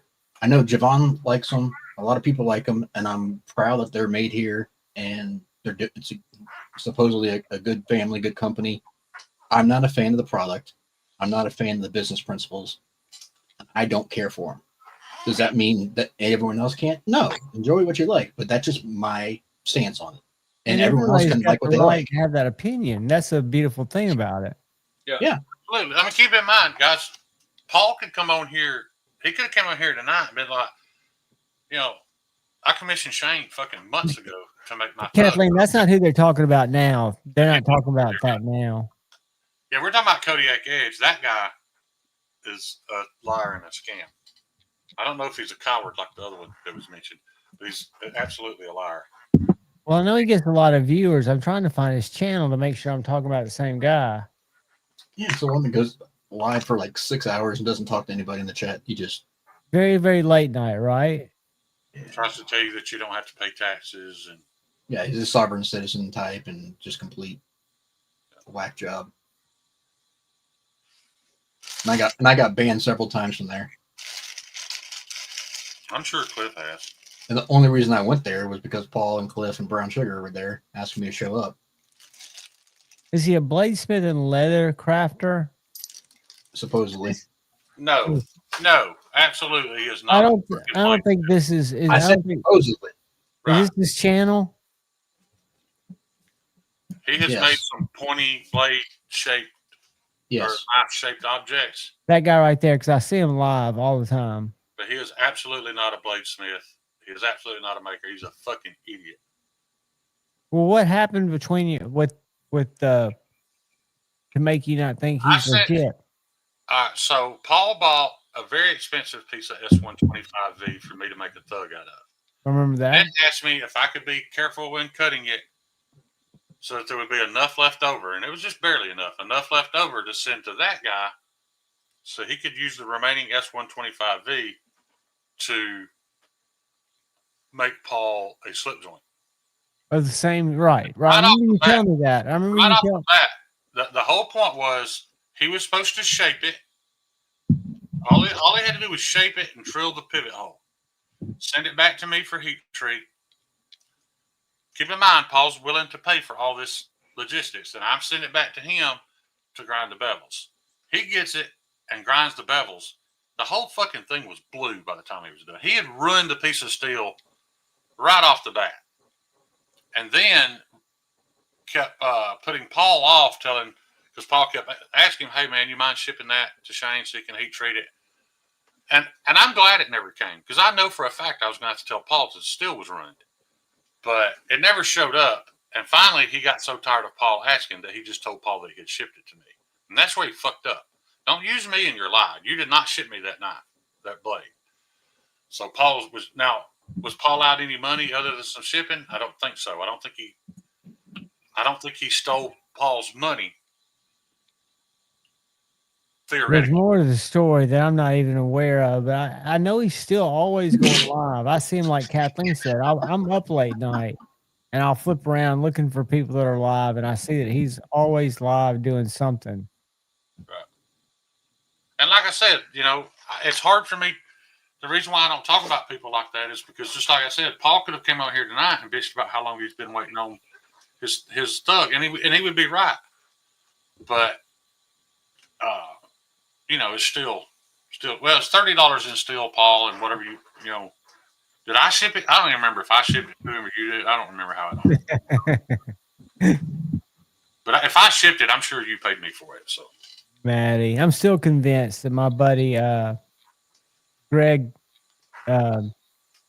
is Greg Dawson, who was our guest a couple nights ago. He hadn't replied to my thank you for visiting, is because I started pushing the cod piece on him. But the whole point is, if he didn't know how to deal with S125V, he should have never agreed to make the blade to begin with.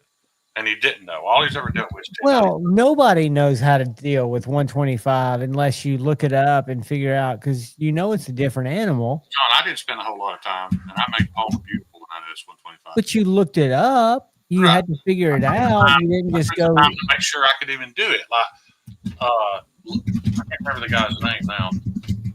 Who's that guy that just released a knife design? All these buddies with Titanium Justin. He was one of the ones that came after me for bad mouthing Ben. I have no idea.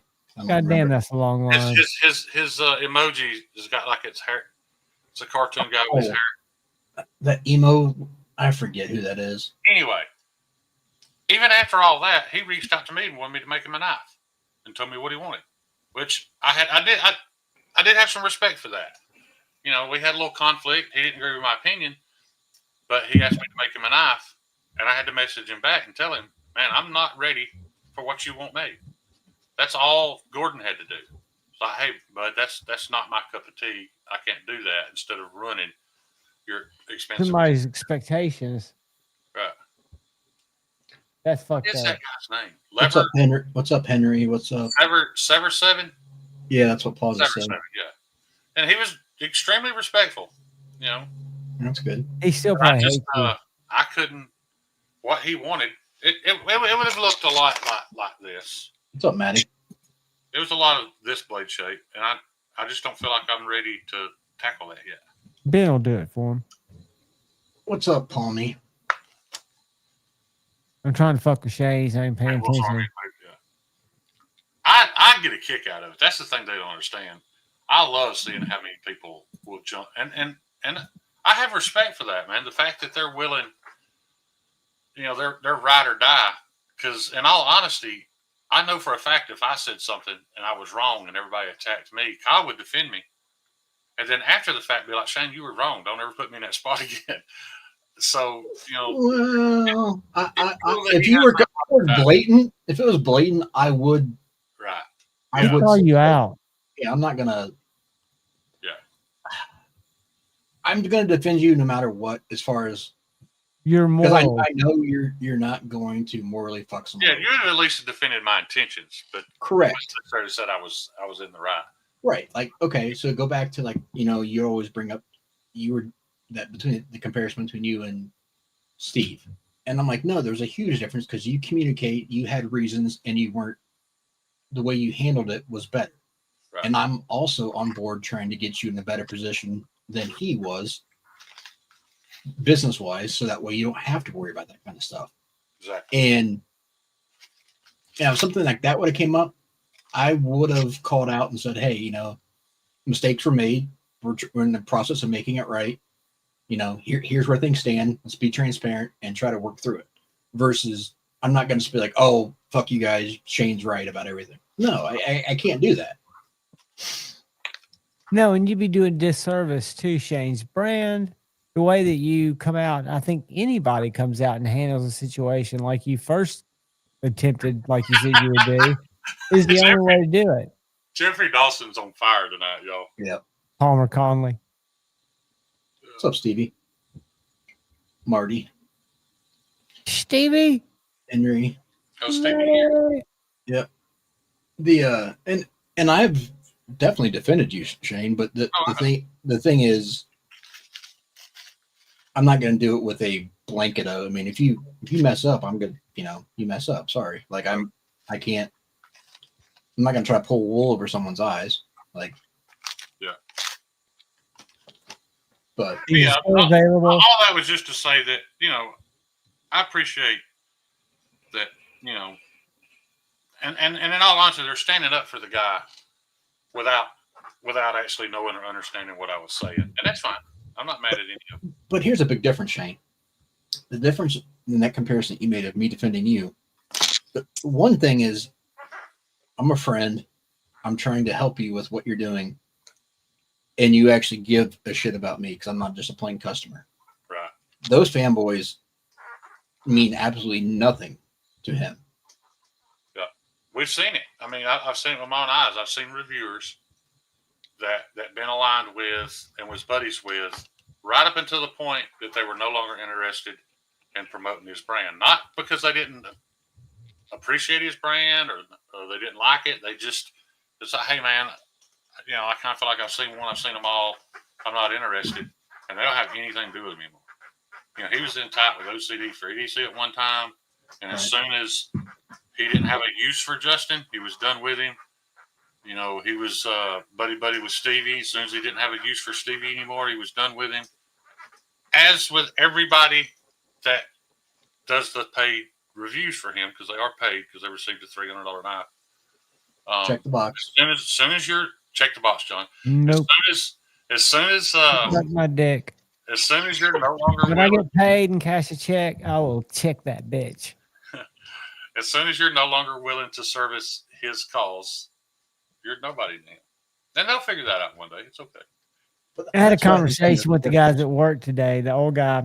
Let me go on record to say this, though. I am a little bit impressed that Ben seems to be taking his time to try to bring some people up with him. First of all, Jacob Creates was a maker who was levels above Ben and should have never had to ask Ben to help him. It should have been the other way around. But because of the way the knife market is now, he wasn't getting the notoriety that Ben was getting. So I did think it was cool that Ben shined some light on his product. The fact that Jacob has a knife being made. Did you get one, Jeffrey? Congratulations if you did. They're still available. The fact that you can buy a Chinese-made version of Jacob's knives, I do feel like it makes what he makes lose a little bit of luster in my eye. You don't have to feel that way. And what I don't understand is Jacob's one of the few people who doesn't need that. He's got everything except for the man hours to produce that knife. And maybe he's so swamped with his Hail Marys. Yeah. I just checked. There's still some left if anybody's looking for a Model 3. Exactly. I mean, I had that opportunity at one point in time. People don't remember when Ben first came on the scene, was in Grateful Panic's live. Me and Ben got along great until he dropped that fixed blade and charge the price that he charged for it. And that fixed blade attracted me. I'd bought my first Jack Wolf. I was never in the review crowd, but I wanted to review that one. And I reached out to Ben, and Ben sent me to review and send back his personal. And I really liked it as a fixed blade. I wasn't at the time paying attention to me, I would pay $250 for that knife because I just paid $299 for a knife I didn't use nearly as much. So in my head, the way I looked at the pricing was different than most people. And again, you know, I owe Ben a little bit because my disdain for what he was doing motivated me to make knives too. So, you know, there's that. I'd say you and Ben are friends if it came down to it. I mean, you're acquaintances. You're not gonna yell at each I other. could sit down and eat a meal with Ben and talk about something other than knives, but I'm not positive Ben could do the same. I think you'd be surprised. I think Ben I could be. I'm just saying. My impression right now. What's up, Bloomy?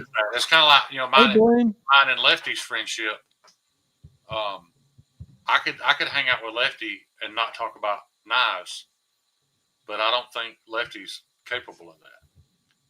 And yeah, Because I don't know. I know people that have. You know, even Colin will tell you, man, that's all the guy wants to talk about. Well, Lefty and I spend a lot less time communicating, and I always feel like he's busy with his kid and his business and his regular job that he still works at. But I'll always be a friend of Lefty's. I think Lefty's a good guy. Hey man, I've seen Lefty do things behind the scenes that lots of people here still don't know about. He'll never get the credit he deserves for it. He is a good guy. He doesn't want the credit. I don't have to agree with his business practices for him to be a good guy. Terry, the V3s are actually gone down considerably. The V2s are actually gone up. V2s are going for $250 to $300, and the V3s you can get for the same, if not cheaper, than the V2s. Which is the one I've got, the Jaeger M? What would that be considered? Yours is the V2. V2. How do you know this, Kyle? I was a savant.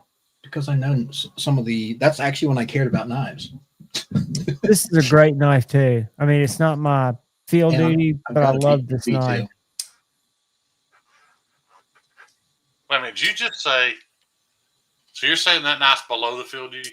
For me, the field duty is my number one in terms of the knives I think are great carriers for me. Well, let me ask you this, Sean. Is there something wrong with me that I have a distaste for somebody's product? I think you don't like Leon.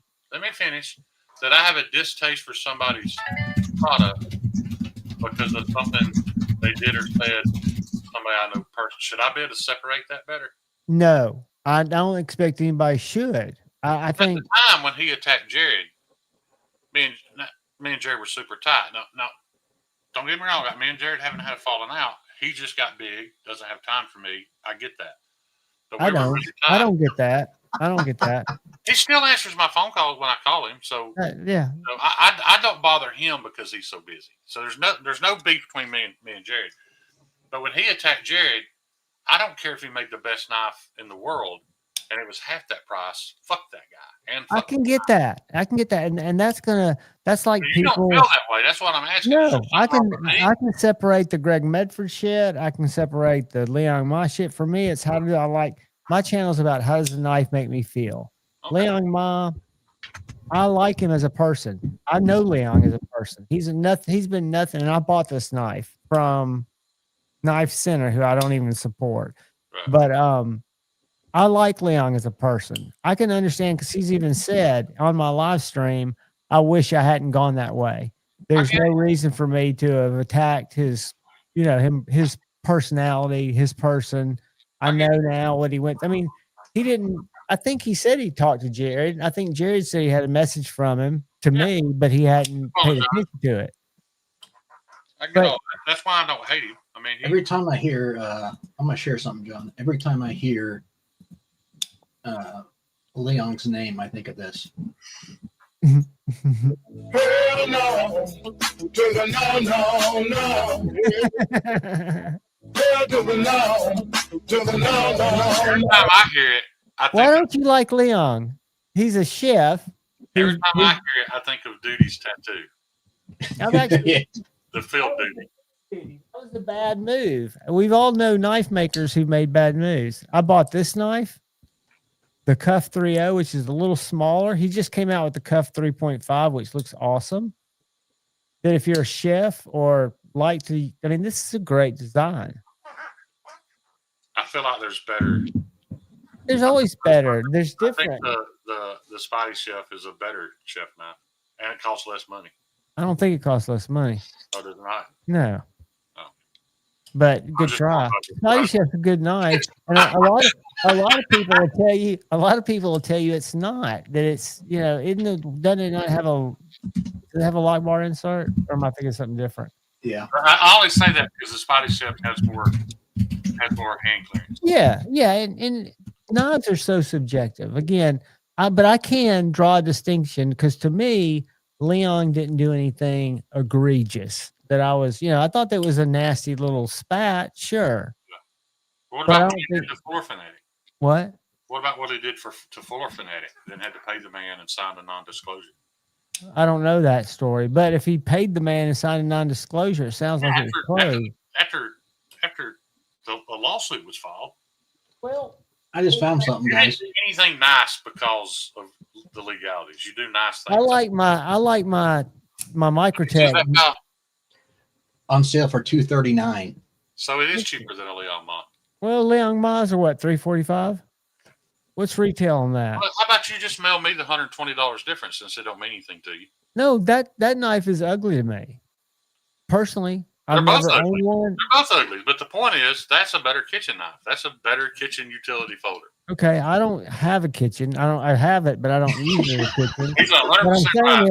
is, Johnny's never stepped foot in his kitchen. yeah, so I microwave shit sometimes. I don't even like to do that. But now I like my Microtech Yeah. zero blade play because Microtech admitted they discontinued it because You better hang on to that, the John. little guy won. The Microtech fanboys one day are going to pay big money for that.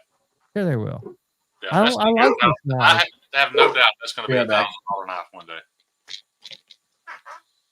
They're still available. You can still get zero blade play at Blade HQ. Yeah. Well, for those of you What's who up, like, Master Joda? what's up, Joe? For those of you who like to dream about, It is. It's a knives that are studio. red, I think that's one that definitely is has a chance. Yeah, it'll be interesting. It'll be interesting. It will.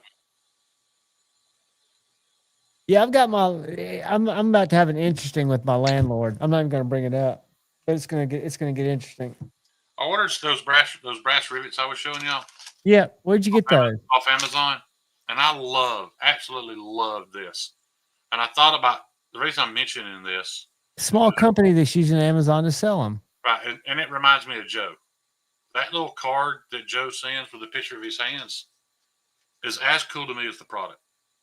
I'm sure Joe's aware or he wouldn't do it, but that to some of us that means a ton.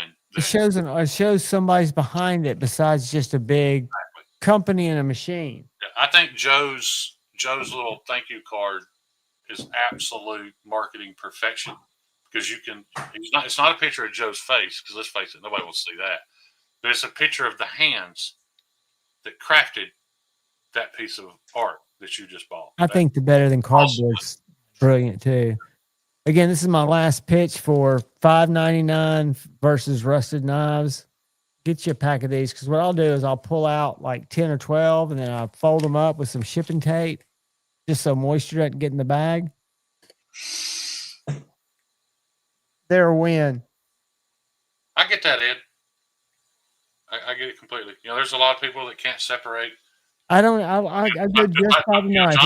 John brought up Medford. That's a very good. It's hard for me to focus on all the nice knives that are out there that I like. And if I start thinking about the squabbles or then it just, I don't know. I want to enjoy the knife, but I think it's valid because I can't enjoy a Hoback, even though that didn't affect me personally because I didn't have one. It was his response, the whole nine. And I'm sure other responses haven't been any better, but that one I can honestly say. You know why the Hoback thing hurt my feelings so bad? It was because of Brandon Thrasher. Brandon Thrasher was so proud of that knife and was so hyped about this awesome U.S.-made folder he had. And then when he found out it wasn't, I could see the disappointment in his face, and it forced me to hate Jake Hoback. Well, the thing he did to Whitty. But because it hurt. It hurt. And I'm not a Whitty fan. Whitty can be hard to be a fan of sometimes. He's polarizing for sure. But Jake basically said, hey, it's shame on them for carrying it in their USA Blade shop. No, Jake, that's not the way it works. Right. Well, why was Jake not having them drop ship previously? Why was he having them shipped to him and then shipping them to Whitty to hide the from China shipping label? I'm just telling you, it was a shady deal, and he covered it up with God, which I don't believe in either. Yeah. You got caught. You know what's weird to me, Ed? Greg is the worst marketer on the planet because he starts a video. It never fails. He starts a video and he says something outrageously controversial to get rid of half his audience. Right, and 90% of the people leave, and then the next 45 minutes, I'd almost vote for the guy if he ran for office. Like, it's some of the best stuff I've ever heard. But there's always this controversial, almost hateful prelude to that. I don't get it. And a lot of people think, I don't agree with it, and I haven't dug that much into his personal beliefs, but a lot of people have and think that he's this, that, or the other. And I just think it's the opposite of fandom. You know, I think it's like you can make fiction up in your head and believe it if you say it enough. And it don't matter what you're into, John. If you're into it long enough, you're going to find somebody you're a fan of, and that needs to be balanced with somebody that you're not a fan of. True. You need that everything you do needs that alter ego, that protagonist or whatever. So how did everybody feel about Tuesday night's vertical stream? I'm curious. I had zero issue with it. I had zero issues once The I only got problem with used to it. Tuesday night's vertical stream is you wouldn't shut up bitching about it. I'm not going to bitch about it anymore. And Tuesday nights are going to be vertical because it got 800 views. Right. And there's nobody in there. I wasn't getting the type like where Shane does, where you get a lot of people in checking it out. And I know a lot of those people are just scrolling through. Right. But, yeah. The views I get are probably for 10, 15 seconds at a time, in all honesty. Oh, Todd, let me check that out. What I almost got, except I'm going to be carrying this back and forth to the store. I like the ones that go inside. Will that fit in one of those little cases? I've seen these. Let me share it. Did Lefty's fidgety nut driver sell out? Has it dropped yet? I don't know, but it looks pretty nice. I really like it. And I know it's not U.S. made, whatever, but I do like it. And you just put it in a microwave, right? To dry it back out. Those little giblets. Giblets. In the spirit of Thanksgiving, we're going to call them giblets. But see how these are show that I bet you I can take my little silicate packs and throw them in the microwave and make them turn back orange too. I'm going to try that. But that thing looks like... You know that I was 54 years old before I found out that sodium is a metal. It's a solid. I didn't know that. I thought it was a salt. And if you introduce it to chlorine, it just crumbles and turns into table salt. Is that what makes table salt? Sodium chloride. I actually watched it happen. Like they had a bar of sodium. It looked like a bar of steel. And they literally just hit it with some chlorine, and it just crumbled and turned into white. Very interesting, Todd. Todd, look how OCD I am. If I can lift this. This is my I'm gonna move my mic. I open this.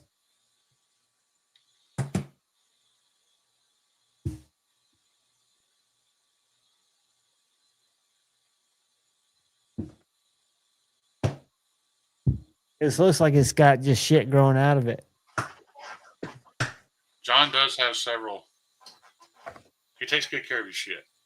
All his boxes you open are full of silica pads. Well, it's because I had on my one of my hinders, I had a little rust around the pivot, or it's the start of rust around the pivot. And I'm in a humid ass place. I even got a little 800 square foot dehumidifier. It's turned off now. It sucks. In a week's time, it sucks half a little cup of water out of the air. Jeffrey, maybe that's why I'm immune to STDs from eating the silicone. It just sucks up the herpes. The pretzel salt? Yeah. The little pretzel salt packets. I don't understand how you need them that bad, Javon. Like I have had. It's just overkill, Kyle. That's overkill. He thinks if one's good, 20's better. Yeah, this is $6. I have 0. 100. Oh, I've never used one on anything in my entire life, and I don't have any rust because if it's sitting inside the house. In his defense, dude, I've not taken care of this Sage 5 and Rex 121, and it's going to be ugly as fuck. I guarantee you, the state of Alabama, if you do a Google on humidity levels in houses, it's an older house. I've got humidity in here. It's just part of it. I've had for over 2 years, and it just sits on my desk, and there's not a spot on it. Hey, this guy's never been behind a. This is that. What's it called? Shane, you were just working on it. S110. Yeah, S110's never been in the case, and it's never had a problem. Yeah, that's super stainless. Joe, that's something I've got to adapt to too. You know, but like my S45 has had problems. I've not been working with many carbon steels, and this Pro Cut, as much as I like it so far, if I don't dry it and oil it when I leave the shop, when I come back, everything I left laid on the table is rusty. I know, but when people say like they rust knives in their pocket and stuff, I get that. It's humid here in the summertime. Just like I had an employee that rusted my Snap-on tools by using them. Let me tell you something about personal sweat. It's that acidic. It's people like Lefty talks about how he can rust a knife. My dad used to get mad at me because when we dove hunt, my sweat could take off. This is when I was 11 years old, so I didn't have chemicals in my body yet to counteract it. But my sweat could take the bluing off of the Model 20 or Model 12 20 gauge that I shot. Just because I was so acidic, my sweat. Now when I leave the shop, when I'm working with Pro Cut, I lay all my blades out flat on the counter, and I just spray WD-40 until it puddles up around them. And that works. Better safe than sorry, right? Yeah. Sounds like... I never heard that, Joe. They keep a stick of chalk. Swamp ass is definitely a way of life. Hey, it can be, and I'm telling you, everybody has different acidic levels in their hands. I remember a long time ago, Mac Tools came out with a toolbox that had to plug in the wall because they had a deionizer built in to keep your tools from rusted. And I thought it was a great idea until Snap-on posted a thing saying, that's cool, but our tools don't rust, which was a complete fucking lie. Because like I said. But it's a great marketing thing. It was great marketing. Josh, it is what it is, man. What's up, Cheeto? I'm literally not doing a really dope thing. I could still have surgery in my future. I don't know. Right now, I got this big boot on. It's hard to move around, but I'm not in pain. And he's an even worse driver now. Yeah. My He's always been a defensive driver, though. From when I think I've only ridden with him twice, though, so I can't say that. It's bad now because this boot takes up the whole floorboard, so my left leg has to go over the top of it. So I'm either pinning the gas to the floor or stabbing the brake. That's all I can do. Fuck. What's the date? The 14th. I wonder if I'm past. I think the 18th when I have to have my driving school finished by. Y'all continue the conversation. Yeah, you better go check on that if you go to jail. Not that I can do anything about it, but I need to get out of my car.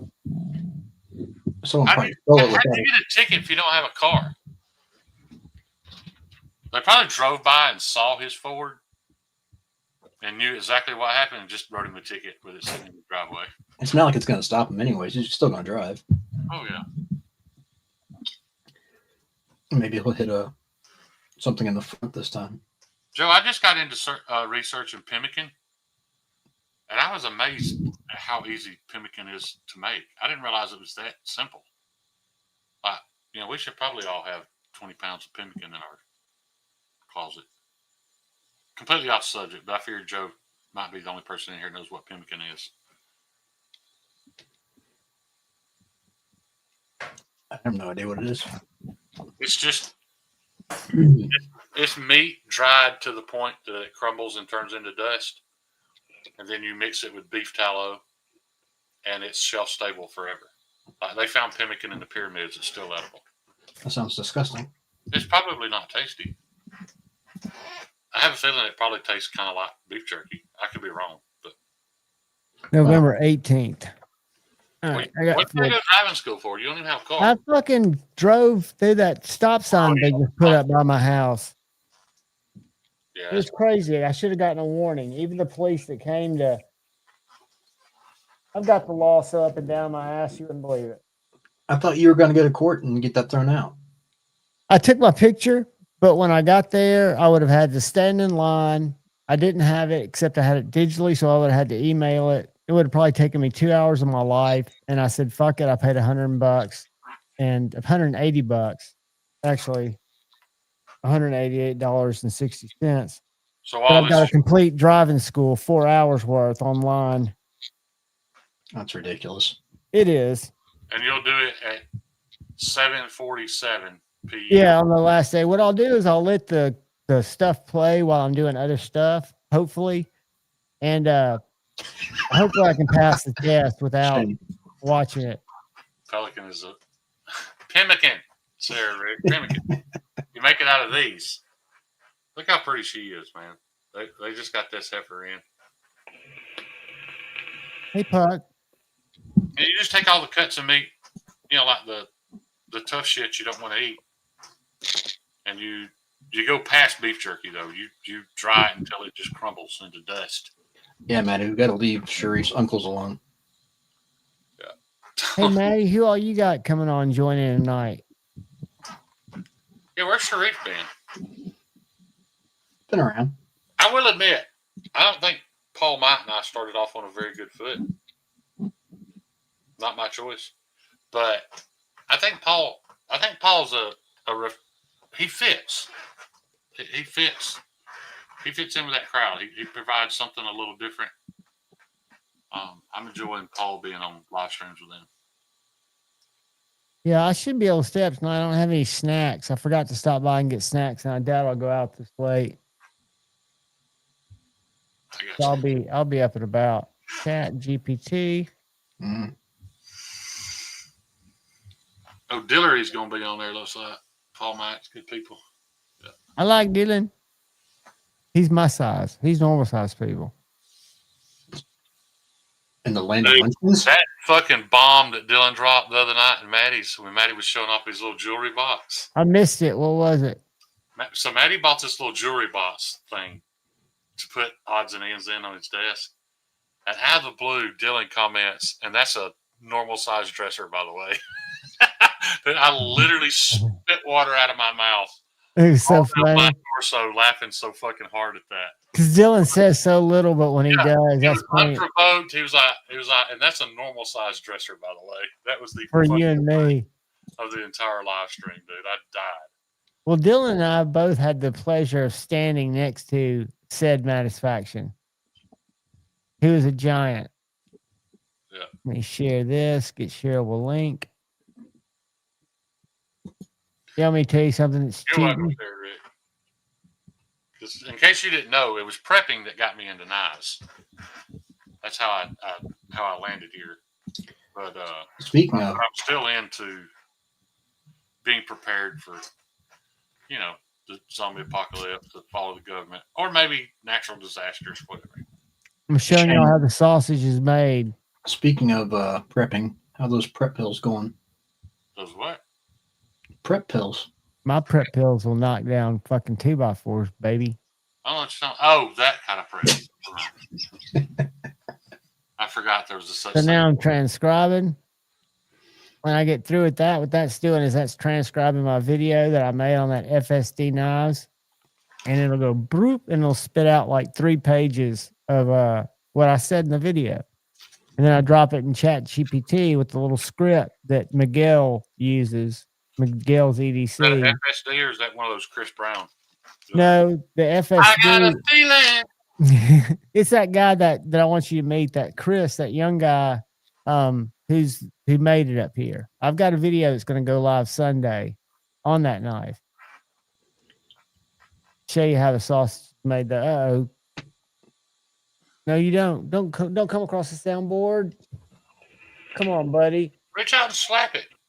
Dude, this guy is a fighter, man. Yeah, but you still got to show him who's the boss. I do. I forgot I had one laying here. Javon, Does that look good in the lanyard tube? Like instead of it just being an That looks big enough for a lanyard tube. Looks big enough. That's not the question. I'm asking, does it look good? Ignore the rest of the knife because it needs to be recessed. Oh yeah, I'm gonna recess it a little. Okay, well that's my fucking. Yeah, it looks good if it was recessed. I think most people like the lanyards from what I've seen up on the top. Don't ask me why. I don't. But I don't either. Somebody wants it. Then I go open transcript, download text. John, I love you all. This right here. My knee's starting to hurt because this boot takes up so much room. I'm having to sit kind of funny. So I'm going to need to jump off here and lay down and watch the rest of it. Oh, dude. Well, elevate. Are you supposed to elevate your leg or am I giving you bad information? They didn't tell me to elevate it. I think it's a good idea because it keeps the blood from. I've got a big thick blanket folded up at the foot of the bed. So I prop it up a little bit. All right, buddy. Hey, dude, get some rest. Don't beat yourself up. We're thinking about you. We'll see you over at said faction. How many minutes we got till said faction? An hour. Oh, we're good. Yeah, we're good. So, Crispy. I'll be in the chat. See you guys. All right, buddy. Thanks for joining, Shane. If you see Ryan, kick him in here. We'll pick on him and see what he's had come in lately. Then I'll pop my whole shit in there. All I'm trying to get out of this is a title. Why don't you just make one up? I do. So this says the title would be New North Alabama Fixed Blade, Flint Rivers Design. I have to go in and change it. Let's see what it says. I'll copy it. Stop sharing. I'll go to my. Let me ask a question. I'm not meaning this meanly, but why do you lean on that versus just using your brain to come up with something? Because I have this in Microsoft Studio. Can you see this? So now when I use my brain to come up with something, every now and then it'll rank. This is the wrong. Let me find the right video. Let me go back to the video that's FSD, this guy right here. So Flint River Design, an overview. That was my design. This is going to score it. This little thing, 62 out of 100. And then it gives me some suggested, higher ranking according to their algorithm. So I'll post in what ChatGPT came up with. I don't like this. I always get rid of that. I do a period, 1 period, law enforcement ready, question mark. Not that good. So I'm going to take out law enforcement ready. I use a combination of both. I guess I don't understand. I mean, because my brain doesn't think, because what else I can do? Okay, so I'm going to go with that. Because I could go down here and say, is this the coolest pocket knife ever? No. Is this what makes it? I can even make it rethink. So I can go give me some other questions or other titles. Don't buy a folding knife. It's not a folding. Don't buy a fixed blade until you buy this Flint River. I'm not going to fuck with that. But then I come back to my little thing here. Did that take you back? So is that's literally trying to give you clickbait titles?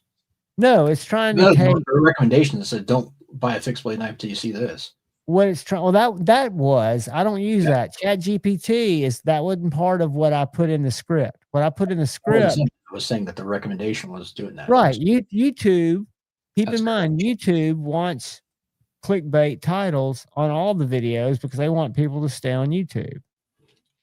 So this just took everything I said and condensed it down. Meet the brand new MK1 from Flint River Design, a handmade fixed blade crafted by a young North Alabama maker, Will Freeman. I've got to go in and change the punctuation, but I think it does a good job.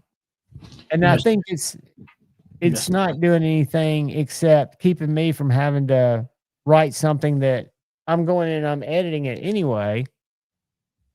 It's listening to my words I'm not just saying, go out and do this. I'm saying transcribe what I said, right? I think it's pretty cool. I'm just trying to embrace it. I need to put a comment. I guess, yeah, give Todd something for his member thing. Maddie, something wrong with it is that people are using it as a crutch.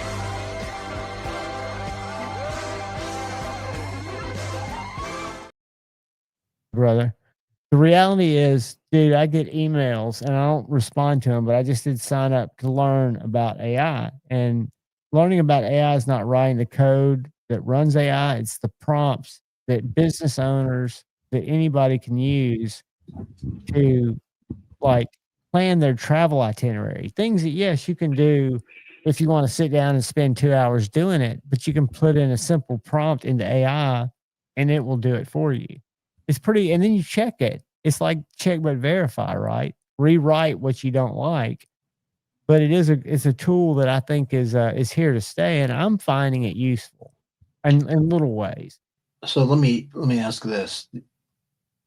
What would be the monetary difference of writing a title that ranks at 20 because you're not creative versus using some application to write it at 60 or 80? Like, are you getting enough traction from that to make a monetary difference? No, none of this is monetary. No, I don't make monetary. I mean, we're talking a quarter to $1. No, so I'm not seeing any difference. Yeah, so I guess I don't understand. Time saver. It's a time saver, and it's taking my actual words and coming up with a description. My descriptions used to just be my links, right? My links are still there, but now it's got a little description that's 3 sentences, which allegedly will help the video rank if someone searches for it down the road, which is where most views don't come from. Most views, revenue generating views, come the first 24, 36 hours that a video has been released. However, when you do assembly videos, and some videos are going to be, you want it to be searchable when somebody searches for it. So that's where a description's helpful, allegedly. Maddie, all this is alleged. Huh? I was saying, Maddie, I disagree. Hey, Alexa, hush. The one thing I would agree with you on is the internet. Internet has made human population worse and dumber. By giving them more information? Yeah, because it's controlled the flow of information. So they're not necessarily getting correct information. They're getting what information is being fed to them. Think about, see, that's debatable though, because if they know where to look. Do comparative searches on different search engines and see. Oh, I know, but that's what I'm saying. You don't. I guess the general public is just going to go with what they see from the first search, which is all ads. It's all paid placement. That's what I'm saying. You're being controlled. If you're, let me show you something. All right, let me go to Google, and let's Google. Not too political, but give me something to Google. Maddie, the internet has made access to information capable more easily, but it's not necessarily giving you access to correct information. It is if you look for it. That's where I disagree. Anything that's been categorized on the internet, so everything up top here, spotlight, stay away from it. Yeah, but what John, I'm saying is, yes, if you go back 10 years and you try to search something on the internet, you would get what you're looking for. Now you don't. You get prompted what they want you to look for. Like you can do Google searches. You can do Google searches now on things that are completely wiped from the internet that 100% existed that you cannot find anymore. Correct, but you can, with long tail keywords, you can find that information. I know what you're saying, but back in the old days, there was so much less being cataloged. It's like, I know that's before politics got in and started stripping certain things allegedly, but the things that we're looking for on a daily basis, most users, to write a letter or to plan a trip, there's what it's pulling from is pretty impressive. I mean, just from my practical application, again, am I being fed a biased opinion on what I don't think so, because if you read the 4 sentences of any of my descriptions, they're just describing what I just said. Now, if there was any bias in that, it would be when what I said that it translated. I think the engine, at least for simple tasks like that, is not looking to spin a narrative. Maybe if there are keywords in there that are politically charged, it does kick in some kind of bias, but I'm asking for 4 sentences. Anything that you search on the internet now is biased to what they want you to see. That's all algorithm based. So But if you Joe, this hurts to say, but Joe's 100% correct. And so is Shane on the next one.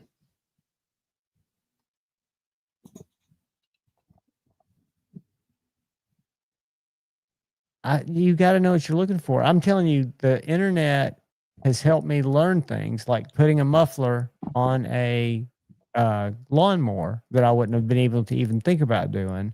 Yeah, you can learn things. Yes, I'm talking about internet searches. I'm not talking about independent. I'm talking, let's do an independent search. You tell me what to search for. I'll show you where the bullshit is, because there's paid advertisement. We used to sell that. And there's also placement. Let's don't go for something super, super, just give me a good search term, like, and I'll show you how to wade through a lot of the shit. It's on the second page of Google. No, John, I don't use Google, but I know what you're talking about, the going through the first couple pages, but how many people actually go through multiple pages of a search engine? But for somebody, I'm just telling you, in my actual life, right? Because I don't, when I get a knife to review, right, from Knives and More, they send me one home. I want to learn about an Italian stiletto. So I'm not going to take the time to go to the library and read about Italian stilettos. I want to find out just enough to find out the history of an Italian stiletto. And I learned, which could be wrong, that the shape came about around the 15th century. The natural translation of the word stiletto is long, pointed, thrusting something object. But could you not find that out of an encyclopedia or a book? I don't have the book. I would have to go to the library. So for me, yes, I could have. And it's old information, which could be more accurate. If that, maybe not. I don't agree with that. I don't agree. I think wiki pages, even though they're crowd supported, just like Waze, when I used to use maps and travel all the time, I wouldn't use Google Maps. I wouldn't use Apple Maps. Google bought Waze, so it operated on the same mapping API, but it was updated because they had an easy interface for people to tap pothole, speed trap, whatever. And you would drive by and either say yes or no, it's not there. And it was just a click. Yes, it took your eyes off the road, but it was crowdfunded. And for me, it worked well. There are weather apps that do the same thing. So they're not great, but having that real-time update is kind of an advantage. It can be. What's to say that, well, I won't go there, but no, I'm saying it can all be corrupted. I'm just saying if you're looking I don't trust who's controlling it. That's the point, is you have to write a letter, and you're an English major, which I am, and I don't want to wrap my head around writing I don't want to come to the funeral letter. I can type a prompt and then do just a few edits, copy and paste it, and I've saved myself a shitload of time, and I'm not saying anything that I wouldn't say because I've edited that out. Okay, but in the what have I lost there? I think the side of that is, like we always discuss, you have a different take on certain things. So let me pitch this. If I was receiving that letter, I would be completely disheartened with the fact that I knew that you didn't take your time to make it thoughtful. You wouldn't know that. No, that's not what I'm saying. That's not what I'm saying. I'm saying the principle of it, though. Certain things deserve to be done certain ways. In my opinion, I don't agree with. I would much rather spend a little more time writing that out and having it heartfelt meant then to use AI to create something. Okay, let's say if it was to go to the 30th reunion, I used a bad thing there. See, I could care less. Maybe it should be heartfelt written out. I'd rather pop a prompt into Chat GPT and you can say, make it a little more personal, make it a little more business-like. I'm just saying for simple things, not to solve global issues, but for things in my daily life, like coming up with titles, coming up with 4 lines for a description, it's part of what I do. I don't know if it's made a difference in my views. Maybe it has. But for me, they read better. And okay, so I guess my stance on that would be, I don't do anything that I don't want to do, or I don't do anything that I'm going to do half-assed.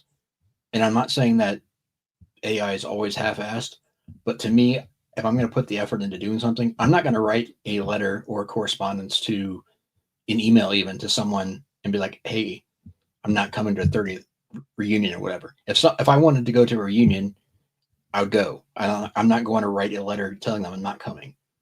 So no, like, I'm just using that as an example. I know, but I'm just saying, like, in my life, the only things that I do or people I communicate with are people who I'm willing to put the effort in to communicate with. So therefore, they're getting all of my energy, whether that be a letter, that be a phone call, that be a text, whatever. You're commendable for doing that. I just don't see the on benefit the other hand, in having shortcuts for everything. well, it doesn't have to be for everything, but one which I'm not using much is the comment section. Anybody that uses a comment section, you can use AI to answer all your comments. I don't do that. I just don't go to my comment section. That's a way, if I wanted to, I could have it just answer comments. I don't want it to. You can let AI do too much for you. But when I call on it for simple tasks, and I do say simple because I'm not talking about, I mean, you can put stuff in Chat GPT, dude, that'll blow your fucking mind. I'm telling you, something you know about. I mean, you can give me We a already prompt. tested this before. We tested stuff about knife steel, and it's complete wrong. Well, maybe it's the way I asked it. No, what ends up happening, what you're getting from Chat GPT is it's taking consolidation of what's being fed. So it could be fed a bunch of wrong information. It's just going to regurgitate BS. Why is no one putting valid to the internet, which is taggable with sources, information out there like Larry Thomas, which is where most of this is being pulled from, that's going to rank higher? Why is there not that content on the internet? It's pulling all sources that come up with those words. So it's pulling someone's opinion on Reddit or Blade Forums or whoever who doesn't know they're asking a hole in the ground. I don't think it does. I think Chat GPT is pulling from the stuff that indexes in that very top part, which I think they're doing they're doing a general poll to get information because they don't have enough to feed it. But it happens so quickly. I have a hard time in milliseconds thinking it's searching that much for something like that. Maybe if you're doing more complex, physics calculations or things like that, ask it AI how to heat treat steel, then make garbage knife is too corruptible. Right, but what I'm saying is garbage in, garbage out. It's just like the way you ask it to do things is going to tailor the way it lasers in on the answer. That's the trick with what's going to make the future of the workforce, white collar workforce, employable is how well they can utilize prompts, as they're called, the questions to ask AI, because AI is going to be part of everything. It's already part of your browser, whichever browser you use. There's a little AI thing on it. It's not part of the one I use. Well, you use Blaze or something different. Yeah, because I don't. The other ones are getting fed God knows what. Yeah, complete open source, not what's designed to be. Open source is going to the same place that everything else is. So it's just searching down based on a set of criteria. Thank you, Joe. Open source, the way that Google Ads and Google looks at views is if someone types in something, does the article or the business show up? And all that's done is based on time in business, how long the article's been on the internet, how many sets of eyeballs have been on it. It's really, there could be more nefarious things on You're certain too types of naive. content, but I don't understand how it could be outside of a simple algorithm ranking things that are the reader wants to see, because any browser is in business against other browsers. So if browsers that are more secure were pulling good information, they would be gaining more market share, I would think. I'm not being mean, but you're very naive in this. And you bought into it, and that's fine. But the fact of having that much power and saying that there's not corruption or abuse in it is complete. I didn't say that. No. But I'm saying it is widespread. Even not even talking GPT or AI. I'm talking about just the algorithms of search engines. It is the reality, though. That's what all businesses base their ad spends on. So I'm saying I agree with it. It doesn't matter. A business is willing to spend their AdSense on doesn't make it right or wrong. So you're saying there's not good information on the internet, which Correct. is a false statement. No, I'm saying there's information on the internet is jaded, and what you are getting, and what people, okay, the average person is going to go. The average person wants to know something. They're going to go type it up, look it up, and the first 3 or 4 articles that come up is what they're going to read and believe. And they say sponsored. Like if we go Blade Steel, they're not going to go digging deeper. They're not going to be free thinking. They're not going to cross-reference it with another article to see if someone's actually telling the correct information. They want answers, and they want it now, just like that's why they're using ChatGPT. You're blaming Google for the laziness of the person putting in the search term. So if I'm blaming the internet for one, and then I'm blaming the algorithms who is run by those browsers. Yes. No, because if I put in a long tail search that's more specific, that says what's the best pocket knife for this or for that, it gives me better answers. So this is what you put in if you put in best EDC pocket knife, right? But nobody. And these are all paid placements.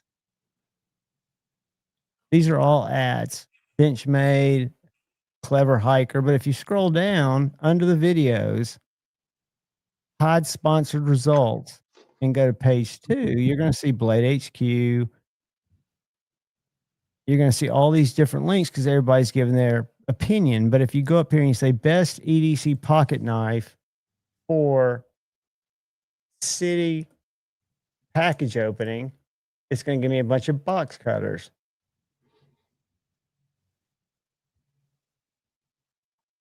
Without removable blades. So if I put a lot of information into the search engine, but no one does that besides you. That's not true. Long tail search is what most everybody that uses a search engine does, because we don't want junk. We don't want junk. I don't want to wade through junk as a user that don't. Maybe when I used to use Google, I would use broad tail search without removable blade. But I don't want to wade through a bunch of junk. The vast majority of people do not search like that. Why do you think when you go up to and type in the prompts and you say, do you, and then it gives you all these stupid ass. That's the most questions that have been asked. That's called correct. And that tells you how people search. See, I would never go to this review right here. And this is way down in Google, because I know that I don't have any belief in this publisher, but it's all coming from different publishers. ChatGPT is not just pulling a mishmash of that and coming up with an answer, because it's taking stuff like your actual words and analyzing them. Or if you're doing like business type planning, you're uploading stuff, which maybe some people feel uncomfortable doing, and you're asking it to use this set of skills to feedback, give you information that you can read. I don't use it like that. I just read articles about people, businesses. Amazon just laid off hundreds of thousands of people. But again, it's not something that's everybody's going to like. Most people don't. I just know that the horse is out of the barn. Maddie, you're very special. And I completely disagree, John, because I think I know you do. That's part of the reason I use it. Going back to common sense, gaining knowledge by, learning hands-on, gaining knowledge by actually going out and doing the research yourself, getting. You're wrong, because I'm going to tell you why real quick. You might be right on some things, But every certification that I had to get through Spectrum as a Google ad specialist, as an international ad bureau specialist, as an AdWords specialist, it was all done from searching the internet to find Google ads, setting a login through Google ads, and you take the class through Google ads. I had to go search for my driving class and go sit online for 4 hours, which I haven't done yet. And that's reality, but it's the way that things are done. Now, sure, there's bad information out there, but there's also the real information, and real information is, if you're talking about something that's able to be black and white, which very little is, you can find information. For example, as a electronics reviewer, you can find basic electronics information on the internet, and you're not going to be fed just a line of stuff unless you're just looking to be fed a line of stuff.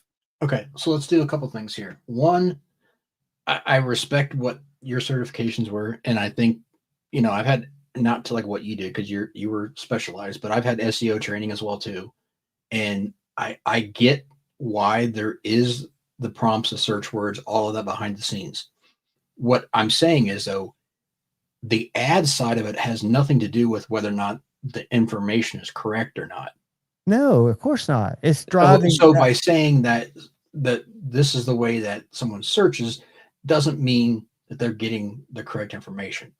That's a sponsored ad. What I was saying by that is everything that's at the top of Google has been paid for by an advertiser. If the ad does not link to what the advertiser's text is, the advertiser's paying exorbitant amounts of money for that same ad. Right. I'm saying under the sponsored ads, everything that's sponsored, unless I'm looking for a Blade HQ sale, I'm not even looking at that. I always go under the sponsored ads to start my search, because everything, you're right, is paid for. You and I can buy an ad, but if we said we're buying an ad and we're sending it to a website that we created that is bogus, that ad, or the site doesn't have any traffic, that ad, those 1,000 impressions are going to cost us as an advertiser 10 times what it's going to cost someone for a legitimate site. Because at the end of the day, Google or Bing or any browser wants a user to get the experience that they want, which is the right information coming back fast. It's not just a bunch of information coming back fast. That's how it used to be. Okay, let me say this. So when I'm talking about the flow of information and the algorithms, the fact that if you and I in two different parts of the country Google the same thing, we can get different results. If you and I have searched for different things in the last 24 hours and we Google the same thing, we're going to get different results until we scroll down under the sponsored ads. No, I'm talking about even past that. So you're going to get fed information. And hell, like I had this conversation with someone the other night. No, I'm not going to, out it, but talking about the flow of information. I had a friend, this goes back a few years, but that just tells you how long it's been going on, who flew in. We were sitting there having coffee in the afternoon. He flew in from New York that morning, visiting a sister. And I was reading the New York Times, and he's like, he saw the headline. He's like, what the hell? And he pulled out his copy of New York Times that he had from New York City. Yeah, they're going to be different. Totally different headlines. Well, the story was about the same thing, but totally different skews on the story. One was derived towards a certain narrative, another one was towards another narrative. That's based off of geography. So to think that a newspaper is doing that and the internet's not doing that is crazy. No, but most people, unless you're looking for local weather, which I do in apps, you turn location services off. And if you do that, or if you put a string, which you don't even have to do that, you can go to your Google browser and you just turn off location. And then we're still going to get different search results because we have different browser habits, which is what Google, again, is not trying to, they might be in some bigger scheme, but they're trying to get you user A to what you're trying to find. Chances are you search for something in the last 48 hours similar to what you're looking for now. So our searches will be different. But you can turn location services off, and your New York Times and your Fox News or whoever, your articles are going to be aggregated from the same place. Am I that annoying, Geek? Sorry, buddy. No, it's not it's just I believe that without the internet, we're all you can't go get a lot of books at the library. I don't know the last time you've been down there. My mom goes 3 times a week. I get books in the library all the time. Yeah, but you're not getting the latest, the greatest. Go find, I mean, you might be able to find the new version of Laren's book down there on metallurgy, but I can guarantee you most metallurgists are getting information online. So are lawyers, so are doctors. Maybe that's a bad thing, but they're not going to thumb through it like they used to. My dad used to have all the law manuals behind him, like all the lawyers do. Yeah, absolutely. But that has made, arguably, and I'm saying this because it's debatable, to me, that has made professions worse off. You go to a doctor's office now, and they'll be on the computer typing in your symptoms to figure out what's going on. I agree with you. Versus having that knowledge at the top of their head. I agree with you. And is that because that's a whole other argument? I think the medical system's being totally, I'm not even going to go there. That's not a good conversation to have, but yes, that's definitely changed. And I see it because I take my dad 3 times a quarter. All right, Geek, sorry. Put up a topic you want to talk about then. Hey, information is real. You know, I mean, we talk about lies, we talk about knives. I unboxed the sweet Aeon, which I'll do a review on. I thought it was aluminum, but it's G10 14C. Olight made by Kaiser. It used to be. I've got a big Kaiser package at my feet that I can't get into until December 1st. I'll probably start reviewing and give you all sneak peeks of some of that on live streams. What's up, Drew? But the knives I've been wanting to talk about all night, and let's see if they're still in stock. I'm surprised they're still in stock, is the American Blade Works Model 3. That's been my story of the night. Call me biased, but I really like Michael Martin and the fact that he's doing it by himself. His wife does paperwork for him. And he designed a beautiful automatic. His folders are great. I'm going to cut my fingertips off with this one day. But until that day, I definitely enjoy it.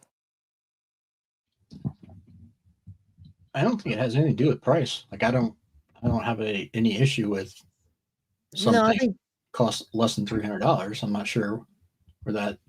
I think it's people aren't buying a lot of stuff. You see a lot of things at Blade HQ, at DLT, stay in stock longer. You know, the dollars. We're in scary times right now. Survival is kind of key for a lot of people. Me being one of them. I don't hate budget knives. I think there's a place for everything. But a USA made 300 and below knife is a rarity. And it's when you find one made by an artisan, one guy, it's very, very rare. That's why I think it's Hinders are 4 1/4. Spenzas are what, 650. They get up there, and American Blade Works, I think, is making a very, very nice knife with the same amount of care. And his knives will get more expensive as he gets older. Geek. So let me ask you this. So I get what you're saying with that, and neither Shane or I are big fans of Chinese-made knives that are not budget. I am. So does that make? Would you rather not see us on Fridays? Does that make a? No, that's not the point. No. Hear me out. I'm not. I wasn't putting you in a position. I'm asking because I don't want to go against what your consumer base as far as. I love my chat, but I don't give a fuck. It's my show, and I do what I do, and hopefully people come and hang with me. But when we I have wasn't saying that meanly conversations, either. I was trying to like honestly be like, is that a detriment because of our biases or sure, for some people it is. I can tell you that. We know that. I mean, I try to be as fair as possible when I'm judging something, but I also But have Kyle, certain you ways are to dislike. fair. Some people don't like debate, and I understand that. That's some people don't want any thought of expanding. You know, you and I can disagree on a ton of stuff and still enjoy talking about it. And to me, I find it interesting because I pick up on things that I'm gonna end up cutting my shirt, but that's okay. But differences are good. I think. I think differences are what make a community a community. And I think what we do on Friday nights and on Tuesday nights are just we do what we do. A lot of it's driven by the chat, what the chat wants, and what the chat's talking about. Because I just try to respond. No, I'm not saying you're a problem, geek. I think your opinion just as valid as mine. Absolutely. I don't want you to feel isolated by any means. Never. So what I was getting at by that is, I think kind of like this comment, what the reason why things get talked about over and over is because something gets brought up and either one of us has a strong opinion on it, so we get into a discussion and talk about it.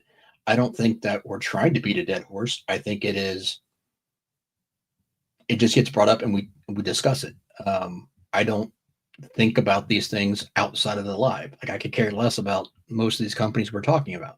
And a lot of times people aren't always here when they ask the question or it gets brought up again, even though a lot of us, and I appreciate y'all that are, and I always want it to be a place where everybody can feel comfortable to agree, to disagree, to bow out. It's just a place where I don't come to it with any judgment, any hard feelings, nor do I think anybody on the panel comes to it with hard feelings. A lot of them are opinionated. A lot of the makers that we have feel the way they do. And I think we're always very open to that. And I'll be the first to say, I probably have different opinions than Shane, than Kyle. I think Ryan and I are both kind of consumers and are kind of wowed by the whole consumption part of it. But I think I've learned a lot. I know I have, from hearing other perspectives, right? Even from perspectives from you guys in the chat. So I don't want that to change, but I realize that some people get tired of it. And there's so many different things to watch, and there's different content depending on what you like. You're always welcome here. We're always going to kind of be us, I think. Now I'll evolve, as will Kyle, as will Shane, but I like playing what devil's does advocate. AI think of Nas Made in China? That's funny, Kathleen. I could read it to playing devil's Shane. advocate to Javon because I have opinions on things, and when we on here we're having discussions, I'll make those be known. But my opinion doesn't mean it's in stop, and I don't want anyone to feel bad about something I'm saying. So if I did that, I'm sorry, buddy. No, dude, I think I enjoy and look forward to the pushback just because I learn. Because a lot of the things that I recite, I'm learning from manufacturers. And I realize, being a marketer, that I'm reading stuff from a marketing company. At the same time, I'm not really in the position to go out and try to find devil's advocate on everything that I'm presented. That's what you guys are for. I can try something out and I can look at it and see if it's not what it's described to be, short of doing a metallurgy test on it. But that's not what my channel is really about. I talk about how knives make me feel. And that's really it in a nutshell.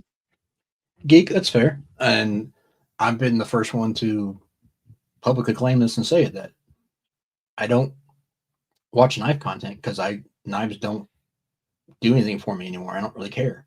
And I hate that, buddy, because my videos are much different, and I have a lot of people who won't come to my lives just for that fact. And authentically going to be me, and I'm only one. I only have one set of opinions, but I love having people that are bringing balance to the equation, right? I don't know a lot of the, and I'm a Chinese knife guy, and I was before that I was a budget knife guy only, and I learned from Dark Gravity, who I need to get back on here, a different way for me to allocate dollars and get knives that I was after, and it worked. So I'm always open to new information, but I'm not easily swayed either. Um, I've got some great Chinese knives, and I like them very, very much. And I can also understand when people see the prices creeping up to be as much as, to me, an American made knife that might not be made with as high as standards as a Chinese knife, but the standards I'm looking for might be fit and finish as opposed to edge geometry, the materials being what they're supposed to be. Because I'm a kind of a newbie when it comes to all this, even though I see a lot of knives. Yeah. So, I mean, 1931 Leatherworks, my daughter gives zero fucks about knives. I've given her several. I've given her 2 boyfriends. I know I've given them each a couple of knives. I am too, Joe. I think that's something we should be able to talk about more freely. But again, that's, some people don't, everybody's different. And I want to have a place where everybody can feel that they can be, but we're all going to have different opinions on what we think, right? Geek, you're as important as anybody in here, dude. Don't say sorry for that, bud. Never ever apologize for your being opinion is me. just as valid. The only thing that I will say is I'm not the best guest to talk about like current knives or knife content because I don't consume and I don't watch and I don't really care. What I am about is, and I think Geek, you'll appreciate this, is I'm very much kind of like your profession based. I'm very logical, very determined, thought out, trying to find truth in the process of things. And I go after that aspect of things more than I do what's new and hot and all that kind of stuff. So hopefully you get where I'm coming from on that. But yeah, I'm probably not your cup of tea when it comes to talking about content. Maddie and I met in the mud. That's where I fell in love with him. No, but it's to me, I like hearing very opposing sides, because a lot of times I'm like, wow, I didn't think about it that way. And most times I don't, because I'm very simple minded. I'm very not easy to sway, but I'm much more understanding when I read something until something's proven itself otherwise. That's heavy. That is definitely heavy. Expanding minds can lead to some really good things, but it can lead to tragic things too. I can see both sides to that.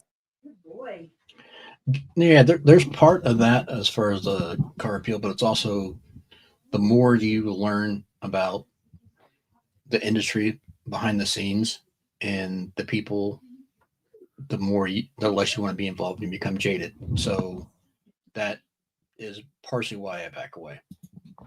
And I can attest to that. For the last 5 weeks, maybe, I've been on the other side for a few hours a day of the business, learning about kind of the business and how it works. And it's different. It's not, I want to think that the people that create the things that we're passionate about are as passionate as us, but I think that they're business people. Now, does that mean we don't have custom makers down there that are very passionate about what they do? Absolutely, yes. But the knives that people buy and buy and buy, I think it's just a kind of a little wheel.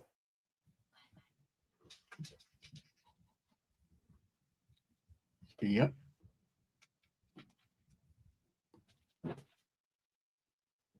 Hey, buddy, we fail forward every day. I believe that I learn that doesn't mean I change that much. I change if I see something detrimental or if I've done something detrimental. But I think having a group of people who can have different opinions and coexist is the way that the country needs to conduct itself on a bigger level. You know, focus on the things that draw us together that we agree on. Understand that there are going to be a lot of things that we don't agree on, but until those become inhibitory of our rights or our love of the things that we like that are similar that bring us together, why does it matter? Why should we seek those out, those rough edges, if they're not taking advantage of or infringing on somebody's rights? I just don't understand it. I completely respect that, and I appreciate that. And I try not to come off as a curmudgeon, but like I said, sometimes the more you know, the don't meet your heroes type of thing. So I'm very cautious when it comes to this industry and people. So I respect your enthusiasm and glad you're involved. Yeah, and I think the enthusiasm's what keeps me engaged with it. And there is a lot of darkness everywhere if you look for it. And Kyle's in a position where he gets a lot of it served to him just because he's in that position. Kyle. Yeah. Am I really? I mean, I'm being completely honest. Am I really? Because I try not. No, Kyle, you're Kyle. You've been the way I've known you. I don't see any difference in you as having you a guest that I thoroughly enjoy and don't want that to ever change. But you've always been, you provoke thought in chat rooms. You always provoke thought in me, which I think is a healthy thing. Even if I don't agree after the thought has been provoked, it's good thought provoking content, which I think that's what any content should be. Geek, I 100% agree. That is the most judgmental group of individuals I've ever been around. And well, sounds so subjective too, guys. I mean, our bones are floating in juice in our head. And I know it can be measured where it's more, but can't everybody hear it differently? And that's probably not what they argue about.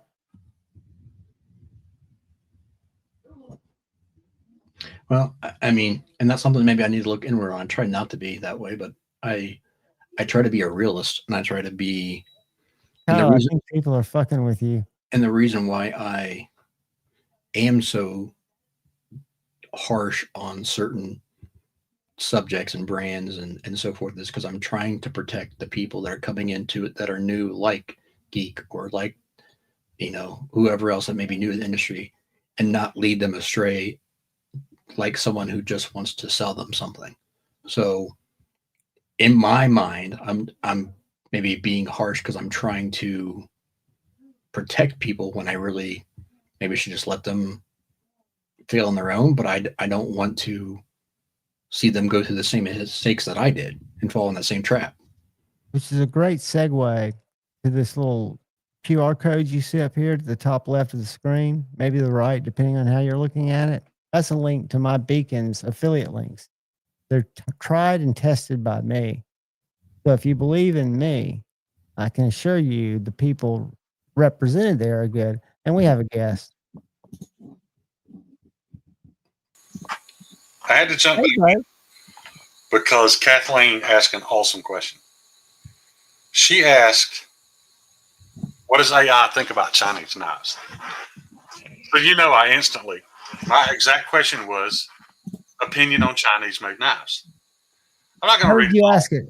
How did you ask it? What is your opinion on Chinese? I went to Google search and I typed in opinion on Chinese-made knives. Because that was her question. Okay. What is AI's opinion on Chinese-made knives? So let me tell you how you got to get to AI. Hang on. It was AI. It popped up and showed that AI was searching it. And it gives you all the answers you expected. You know, quality differences, blah, blah, blah. However, it mentions that certain companies like We Civivi are making high quality knives in China. And the only reason I think this is funny is because this is what Kyle and I were trying to talk about. That's implanted. Hang on. Did we Savivi push this information? They didn't mention CJRB. They didn't mention anybody but we Savivi. It is highly possible that they pushed, promoted, paid for this information.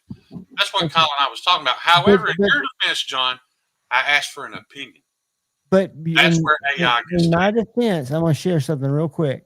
You did do AI, but you went through Google, which is the biggest ad seller. So if you go to Chat GPT, John, that's what most people go through.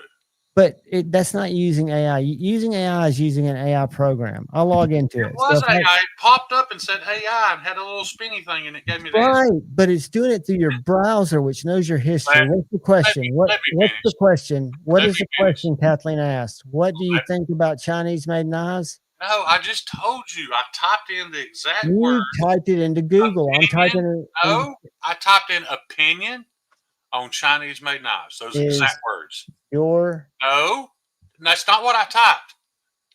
I typed in opinion on Chinese-made knives. On Chinese. Right. All right, let's see. I bet you we is not mentioned here. That's not how you spell Chinese. I know. I'm going to do it.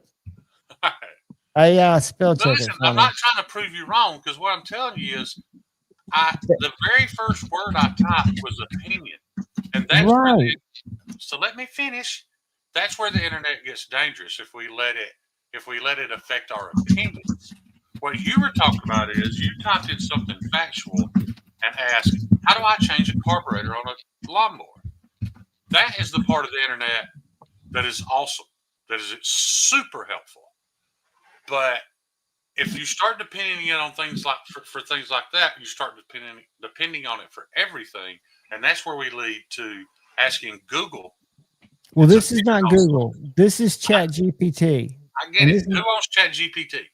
It's OpenAI source, and this is what it says. That's a really good question. Short answer is depends a lot. Chinese-made knife is a very broad category, but I lean towards Chinese knives are absolutely capable in italics of being very good, and in many cases offer great value, though there are plenty of junky ones. Here's how I break it down, plus my opinion. This is AI's opinion. Now, I can ask that same, I don't know if you see all this, after sales support, it's telling you that it does not like them.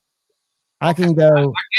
I get it. But the point is, that's not if I walk up to a 10-year-old child and I ask you a question, it's going to hit that Google search bar and type it in. That 10-year-old child knows how to use AI. No, dude. We're not talking about you being right or wrong. We're talking about how the world uses the internet. I'm telling you, the 10-year-old boy. The 10-year-old boy will go to Chat GPT. He will not go to Google. Maybe you're right. Maybe I'm that. All kids that are in school right now are going to go to their own AI program. They probably have it on their phone. I'm telling you. But I agree with you. What did Google use to answer my question?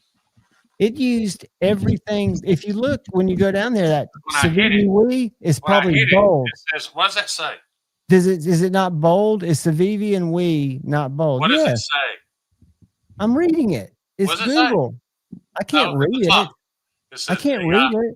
It says AI overview. That's what we're talking about. AI overview owned by Google, because you put it in a Google chat, you fucking Neanderthal. It's that simple as using an open AI source program and using Google. You're getting everything Google wants to share.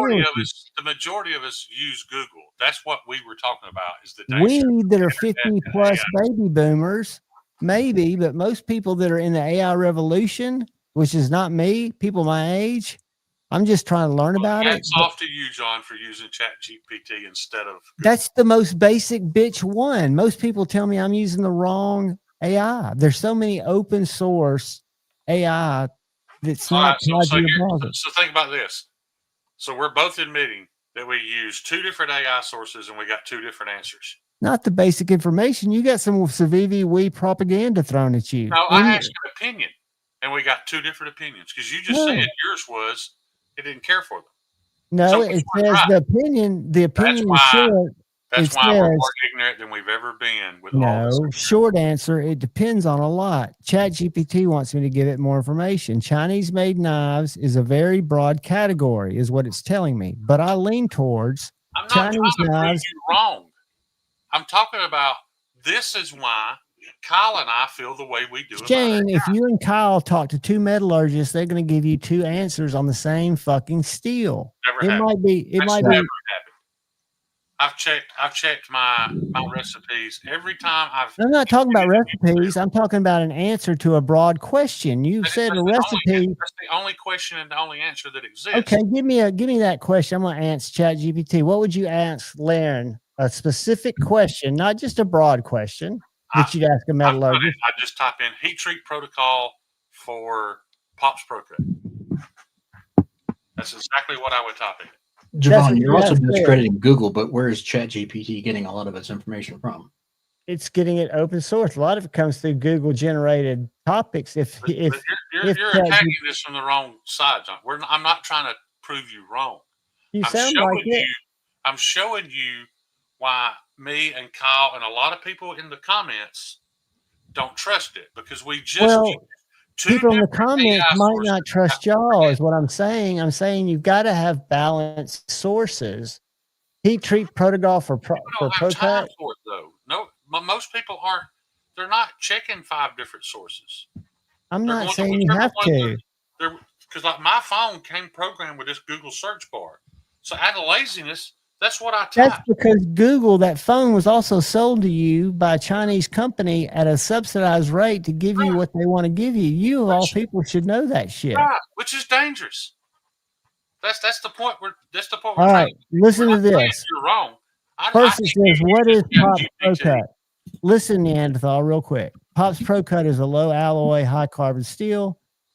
According to Knife Steel Nerds, it's designed to offer very good balance of toughness and resistance. Recommended heat treat protocol. Here's the consolidated H-tree recipe and regimen for Pops Pro Cut based on published guidelines and maker feedback. So that's where the source is. Forge, normalize thermal cycling. When forging, limit forging temperature to 2200 Fahrenheit equals 1200 Celsius. That's Knife Nerds, and you can click on this article right here to get more. And that's awesome that it's getting its information from Knife Nerds. But not that's where the latest. That's where the latest comes from. But not everybody is seeing that information. That's what Kyle's been trying to explain to you. We're not all seeing GPT. That's what everybody that talks about AI does not say. It's in Google. Google has it in there, but they don't say use Google as your AI. That's not AI. You want an open source. It's going and finding the latest. It's just Knife Nerds. I know one person in the chat. I literally read his comment, and Terry said, "I've never had a use I've never had a reason to use ChatGPT, so I don't." So not everybody's using ChatGPT. That's perfect.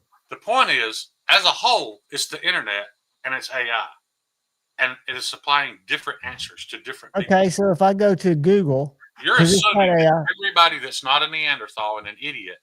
I'm not saying. I just said you are Neanderthal. Here we go. Look, I'm going to say that it's going to give you the same thing. Look up ChatGPT, Javon. I got one for you. Hold on. What's Pops Pro Cut heat treat protocol?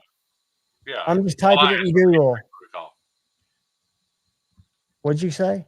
I just asked it the heat treat protocol, and when I asked it 3 months ago, it was wrong. Well, it's probably getting old information because it only cycles. Google only cycles like every 90 days.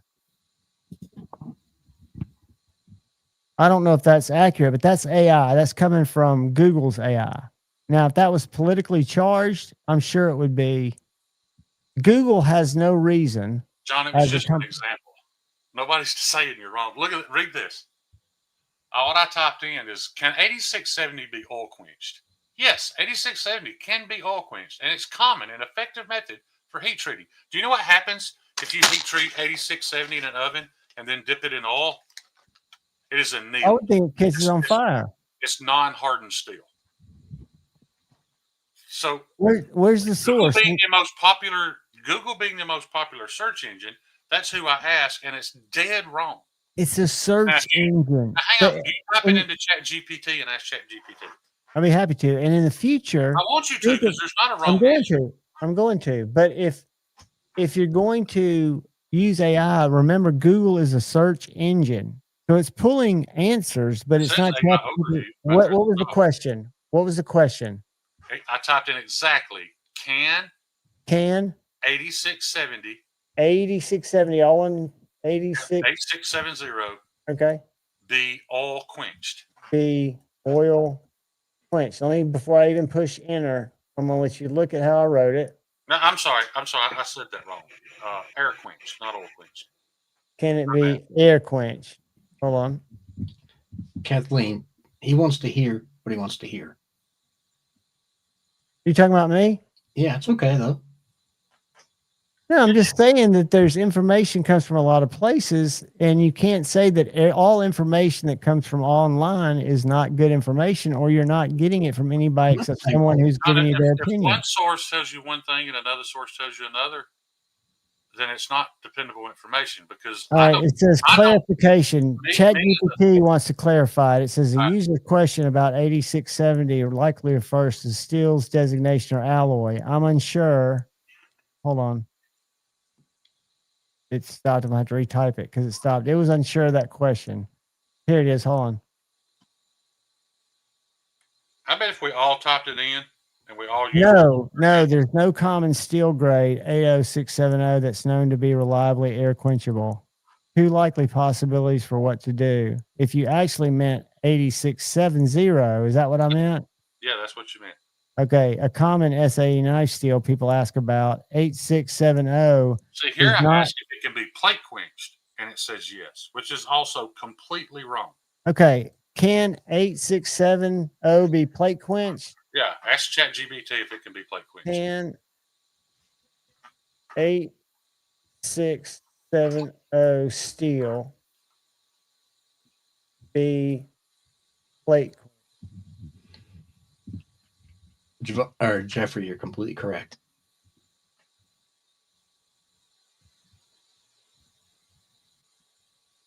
Yeah, that's a good point, Jeffrey. Not effectively. There, see, so I get it. Your search engine is clearly superior. It's not a search engine. Okay, your AI. AI, right? You still search something, John. It's a fucking search engine. No, it's not. Where you asked the question, answered it Same correctly, question. and is clearly superior. But not everybody's using the same search engine.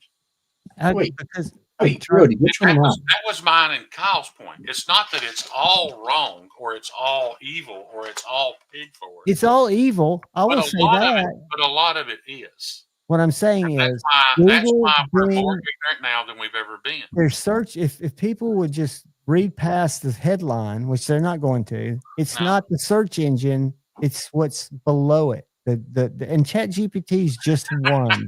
Cheeto, yeah. Ask him to make Mexican pizzas every day. Can give you an answer. Is it not time for said fact? We proved that ChatGPT was clearly more intelligent than Google's AI overview. Yeah, in 2 minutes. Javon, the problem is different people searching the same question are getting different answers. I know. That's why it is not, in no way is it progressing intelligence. Darwin was fucking right. John, while you have it pulled up, look up ChatGPT real quick. All right, hold on. Sorry, Geek Machinists. We were all apologizing to Geek Machinists for turning and this got it right back in it. All right, what do you want to look at, brother? Type in what is the most common golf grass in Ohio? What is the most common? Yep. And I'm supposed to think that you know more than ChatGPT. I would hope so. Golf grass. Considering I have an education in it. In Ohio. How old's your education? Enough to know that I'm right. Okay. It's going to tell me.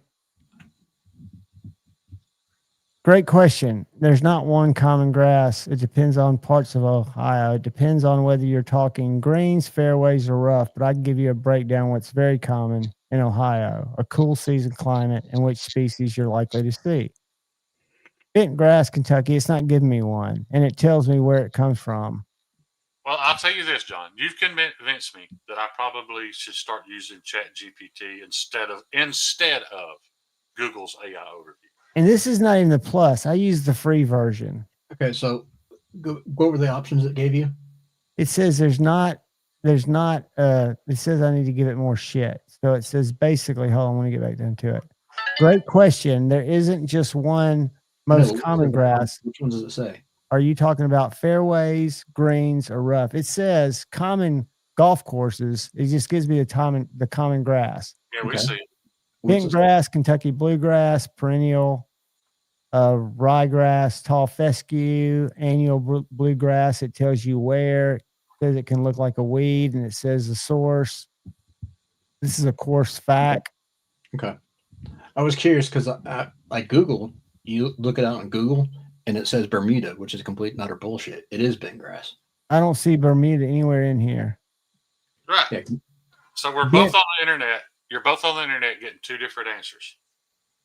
One's on the search engine. No fault, because I wouldn't know the difference. We've proved that you're right, that ChatGPT is doing a better job of researching this.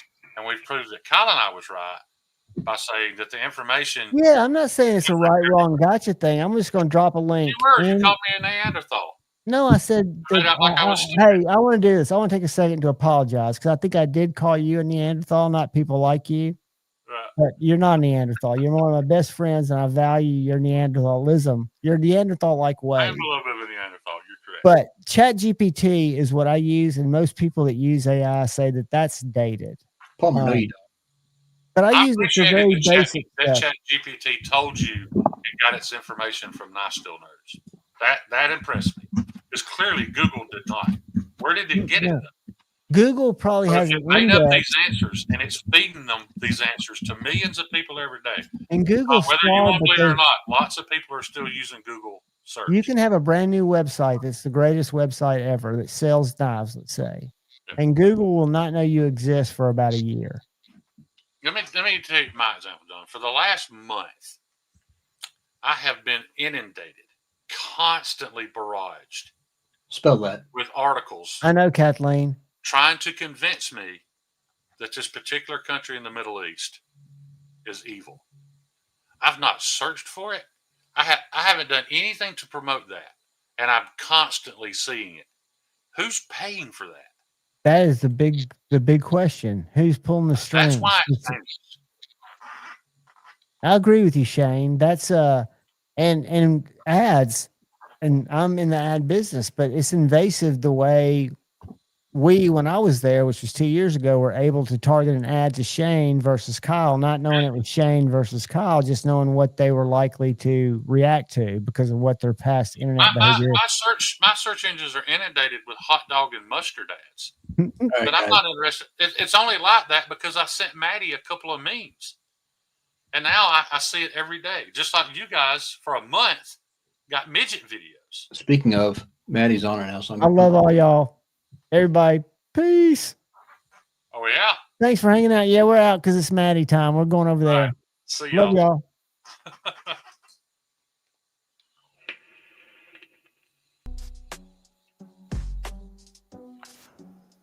Let's watch Juvon's waitlist and get high on cigarettes.